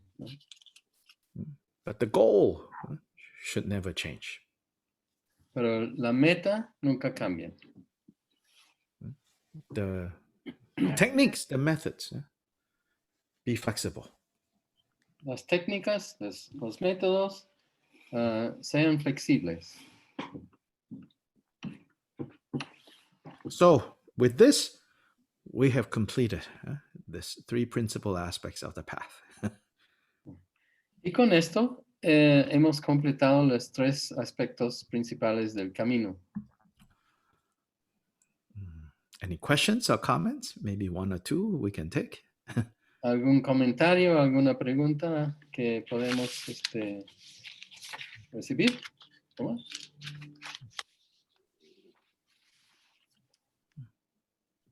I'm just having a look at the chat here, Dr. Lee. Okay, sure. Yeah, thank you. No, I'm not seeing anything. There's somebody, and somebody asked earlier on, is there a difference between Bodhichitta in Drikung and in Gelugpa? No, Bodhichitta is Bodhichitta, Okay, no. Respondiendo a esa pregunta, si hay alguna diferencia entre Bodhichitta en Drikung y Gelugpa, no hay en realidad ninguna diferencia. I mean, in explanation, maybe there's, different emphasis here and there, but basically it's the same. No sé a qué se refiere. Perdón, I'm sorry, I was looking at the chat and I lost your I'm just saying, in explanation, maybe here and there, there's some emphasis that is different, but basically it's the same. En las explicaciones alguna vez hay algún énfasis o algún detalle que puede variar, pero esencialmente son lo mismo. Mhm. Well, I had a question, Dr. Lee, Mhm. and it goes back to when you were saying that, you know, different explanations of emptiness and appearances, and you know, people go, you know, different traditions, you know, they say, well, you come to a deep meditation and you see emptiness, and then you go a bit deeper and you see appearances or something, this kind of thing. And you were saying that this doesn't matter to you in this, at least in the context of this teaching. What matters is how you can use this understanding in your life.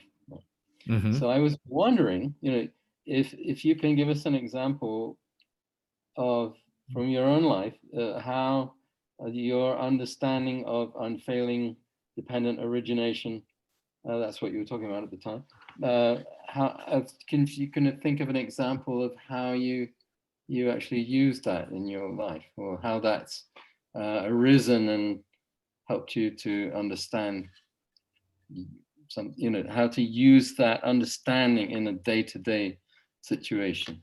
Which understanding again? The understanding, well, the understanding of unfailing dependent origination is what we were talking about here. But I mean, that's everything that I shared so far, you know. I don't know. There's more to say, but yeah, I was just looking for examples of situations where, you know, understanding these things. So I said, you know, for example, when you think, you know, nothing I do matters anymore. Yeah. Yeah. Yeah. Then if you can see that, no, of course it matters. When you think you're going to give up because everything seems to not work, everything seems to not go your way, right? When you can see clearly, like, but that's just temporary. That's just what I'm experiencing right now. And if I say, oh, I give up now, then You commit suicide. where is it going to go? It can only go one way, more misery. Para aclarar mi pregunta, yo pregunté al doctor Lee si con él estaba hablando antes de como diferentes tradiciones hablan de cómo percibir la vacuidad y cómo percibir las apariencias, como que unas explicaciones filosóficas no le interesa tanto, sino que lo que interesa es como la comprensión de la indivisibilidad de la vacuidad y la apariencia puede utilizarse en su vida, ¿no? Y yo le estaba pidiendo un ejemplo de cómo puede, si se acuerda de un ejemplo de cómo utilizar esto en la propia vida, ¿no? Y él me dijo, bueno, todo lo que estaba hablando sobre, por ejemplo, pensar que nada importa, el nihilismo, ¿no? Que esto no, nada que yo haga hace ninguna diferencia, las cosas no van como lo hubiera querido. Esa comprensión nos hace regresar a la visión de que eso es lo que estoy sintiendo en este momento, pero esto va a cambiar, las cosas cambian. Entonces, no voy a tirar la esponja, porque si me quedo atrapado en esa comprensión de que, perdón, no es comprensión, ese error de pensar que nada importa, etcétera, eso solo conlleva más miseria, más infelicidad, ¿no? Pero comprender que es simplemente una apariencia y es algo que va a cambiar. Que va a cambiar. ¿Ok? ¿Alguna otra pregunta? Ahí había una, pero no se entiende. But there was no context. Ya, no. Sorry, Rossi was saying there was a question on the chat, but it wasn't in context. Yeah, so I right. couldn't really- It's hard Yeah. to answer questions that. Yeah. Shall I ask for more questions? If there's anyone, yeah, maybe Nancy. Parece que Nancy tiene una pregunta. Nancy.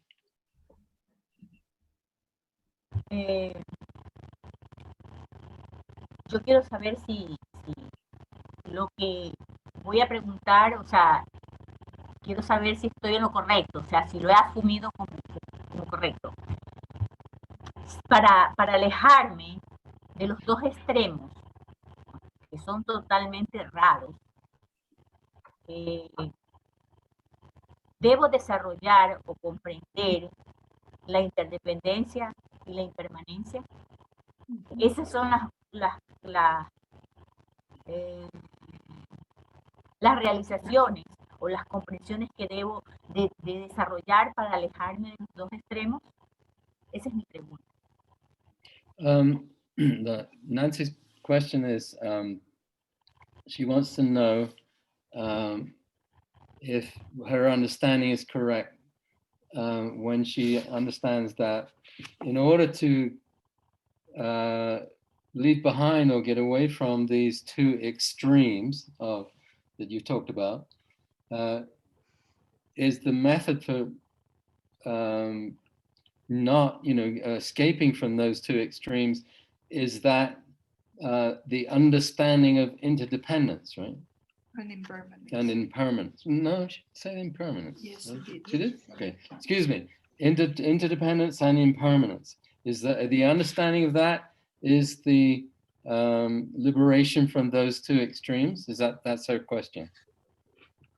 That would be one way, sure. Eso sería una manera, sí, seguro.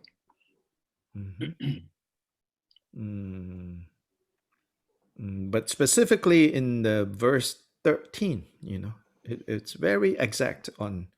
I mean, it doesn't mean that that's the only way it happens, but the verse 13, the first two lines, gives very clearly what do you use to overcome the extreme of existence, and what do you do to overcome the extreme of non-existence. Esa es una manera, como dijo Dr. Lee, pero aquí, por ejemplo, en el verso 13, él dice que es lo que las dos primeras líneas del verso 13, cuando sabes que las apariencias eliminan el extremo de la existencia, a la vez que el extremo de la existencia es eliminado por la vacuidad. Eso es una explicación muy precisa de una manera de liberarse de estos extremos, ¿no? Cuando entiendes esto. Las dos primeras. Ahí está la conclusión. There's a website called Study Buddhism. Existe un sitio web que se llama Study Buddhism, estudiar el budismo. It's a very extensive archive of materials taught by Alex Berzin.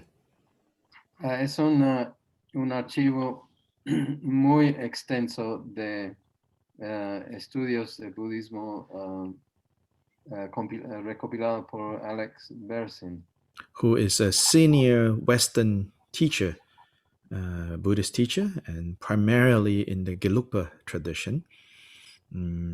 He has materials in several European languages. So there is a Spanish section that I believe has translated his very detailed explanation of this particular text. So you all can go look for it there. Este archivo, este sitio web tiene, Alexander Berzin es un alto maestro de enseñanza budista de Occidente, que explica las cosas principalmente en la tradición Gelugpa. Y este sitio web tiene partes, o sea, secciones en diferentes idiomas, ¿no? Incluyendo el español. Entonces, si buscas en la parte en español, vas a encontrar unas explicaciones muy detalladas sobre este mismo texto que estamos estudiando. Mhm. Mm.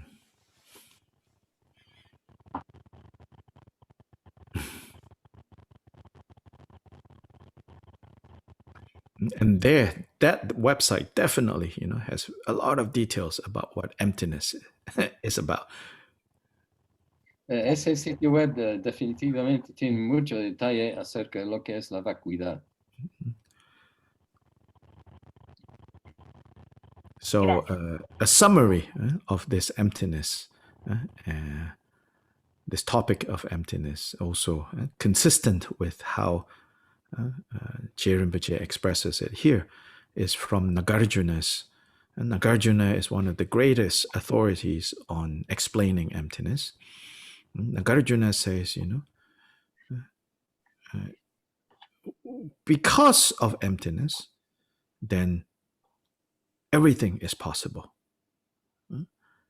If emptiness wasn't, if the nature of reality isn't emptiness, then nothing is possible. Un resumen muy puntual sobre la vacuidad, sacado del gran maestro Nagarjuna, que es uno de los autoridades principales sobre la explicación sobre la vacuidad. Él dice de forma muy concisa que si como existe la vacuidad, todo es posible. Si no existiera la vacuidad, nada sería posible. If the nature of reality wasn't emptiness, then nothing can appear. Si la realidad de la naturaleza de la realidad no fuera vacuidad, nada podría aparecer. If the nature of reality, and because the nature of reality is in fact emptiness, therefore, everything can appear, everything can manifest. Porque la naturaleza de la realidad es la vacuidad, todo puede aparecer. Then when we take this principle to the level of our own lives, our own mind, it applies exactly in the same way. Y cuando llevamos este principio al nivel de nuestra propia vida, nuestra propia mente, funciona exactamente igual. Meaning, if I fixate, if I grasp, which is the opposite of emptiness, then no change is possible. I will be stuck in that suffering of grasping and fixating. Quiere decir, si yo me aferro, si yo creo fijación, entonces ese es el opuesto a la vacuidad. I think so. Y eso me tiene que llevar a... Me quedo estancado, atracado, y eso me lleva al sufrimiento. But if, and even grasping at something like love, compassion, justice, grasping that turns those things into pain. Hasta aferrarse a cosas como amor, compasión, justicia, este aferramiento convierte esas cosas en dolor, sufrimiento. So when there's no grasping, whereas there is no fixating, which means understanding emptiness, then happiness is possible. Cuando no hay aferramiento, que no hay fijación,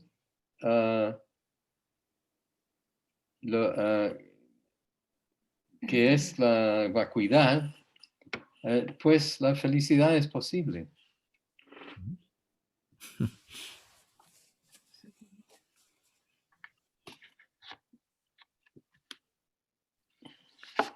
So,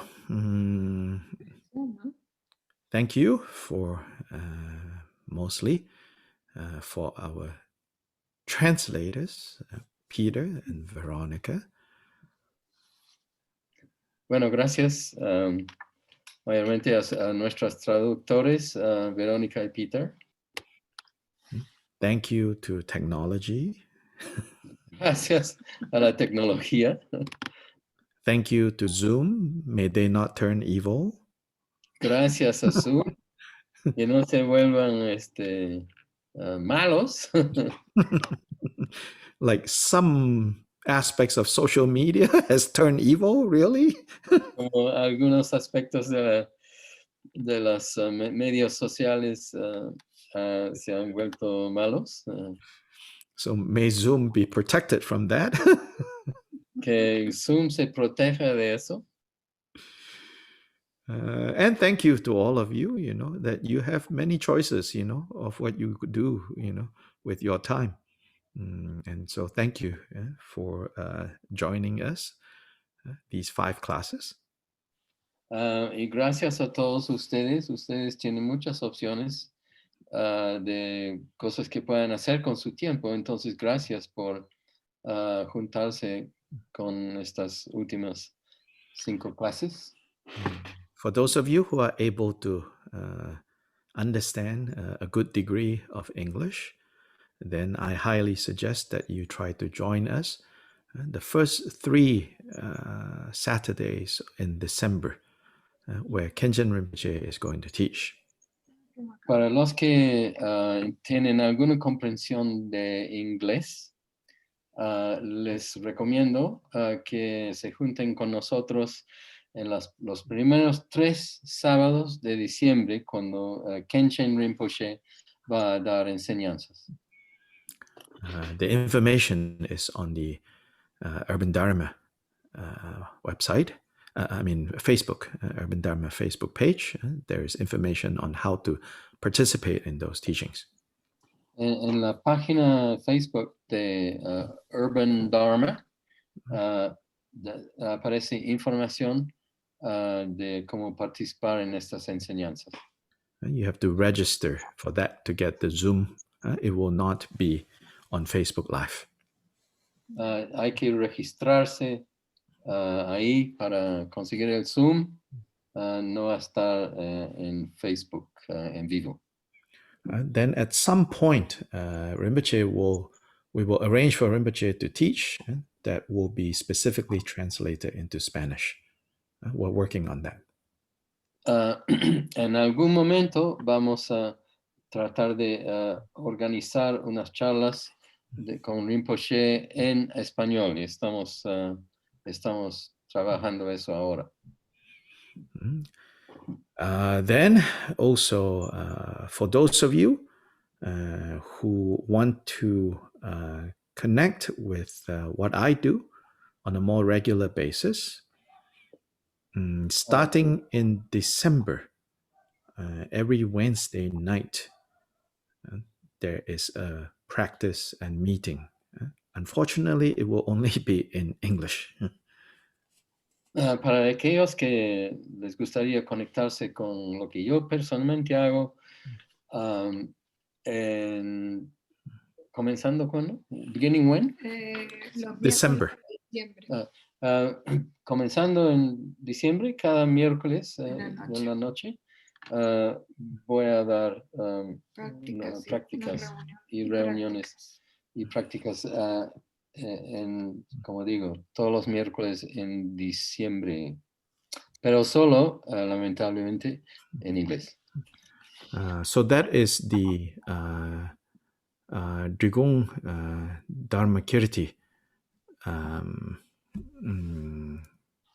Drigong Dharmakirti Sangha meeting every Wednesday from 7 to 9 New York time.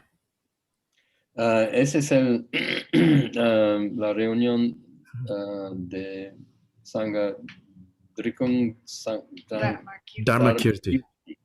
Drikung Dharmakirti, todos los miércoles de 7 a 9 hora de Nueva York. There's also a new website that I recently created with that name, drigongdharmakirti.com. So you can go there. Un nuevo sitio web que acaba de crear con ese nombre, drikungdharmakirti.com. So right now, again, all the information there is in English, but some people have expressed interest to translate them into Spanish, so we'll see what happens. Alguna vez más, toda la información en esta página es en inglés, pero algunas personas han expresado interés en traducirlo al español, entonces vamos a ver qué pasa ahí. So the first Wednesday of December, I will talk more about this Drigong Dharmakirti weekly meeting and what it means to join it and how to join it and all of that. En la primera reunión del primer miércoles de diciembre, hablaré más de lo que significa esta reunión de Dharmakirti y qué significa inscribirse en esas reuniones. So now we dedicate merit with this simple recitation that says, Bodhichitta, precious and supreme Bodhichitta. Ahora, pues, dedicamos el mérito con esta última oración que significa dedicar el mérito de este precioso Bodhichitta. Where it has not arisen, may it arise. Donde no ha surgido, que surja. Where it has arisen, may it not decline. Donde ha surgido, que no decline. And may it increase higher and higher. Que incremente más y más alto. Changchu Semcho Rinpoche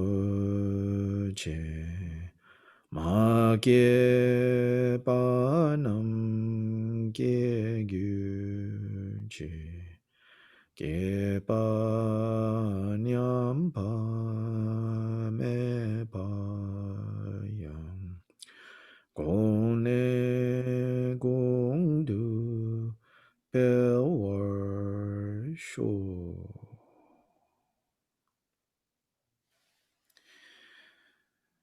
So we will take a break this Tuesday, every other Tuesday program.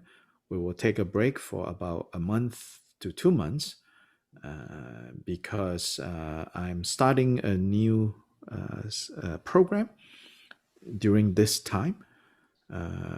But for the Sangha in Brazil. So it will be translated into Portuguese.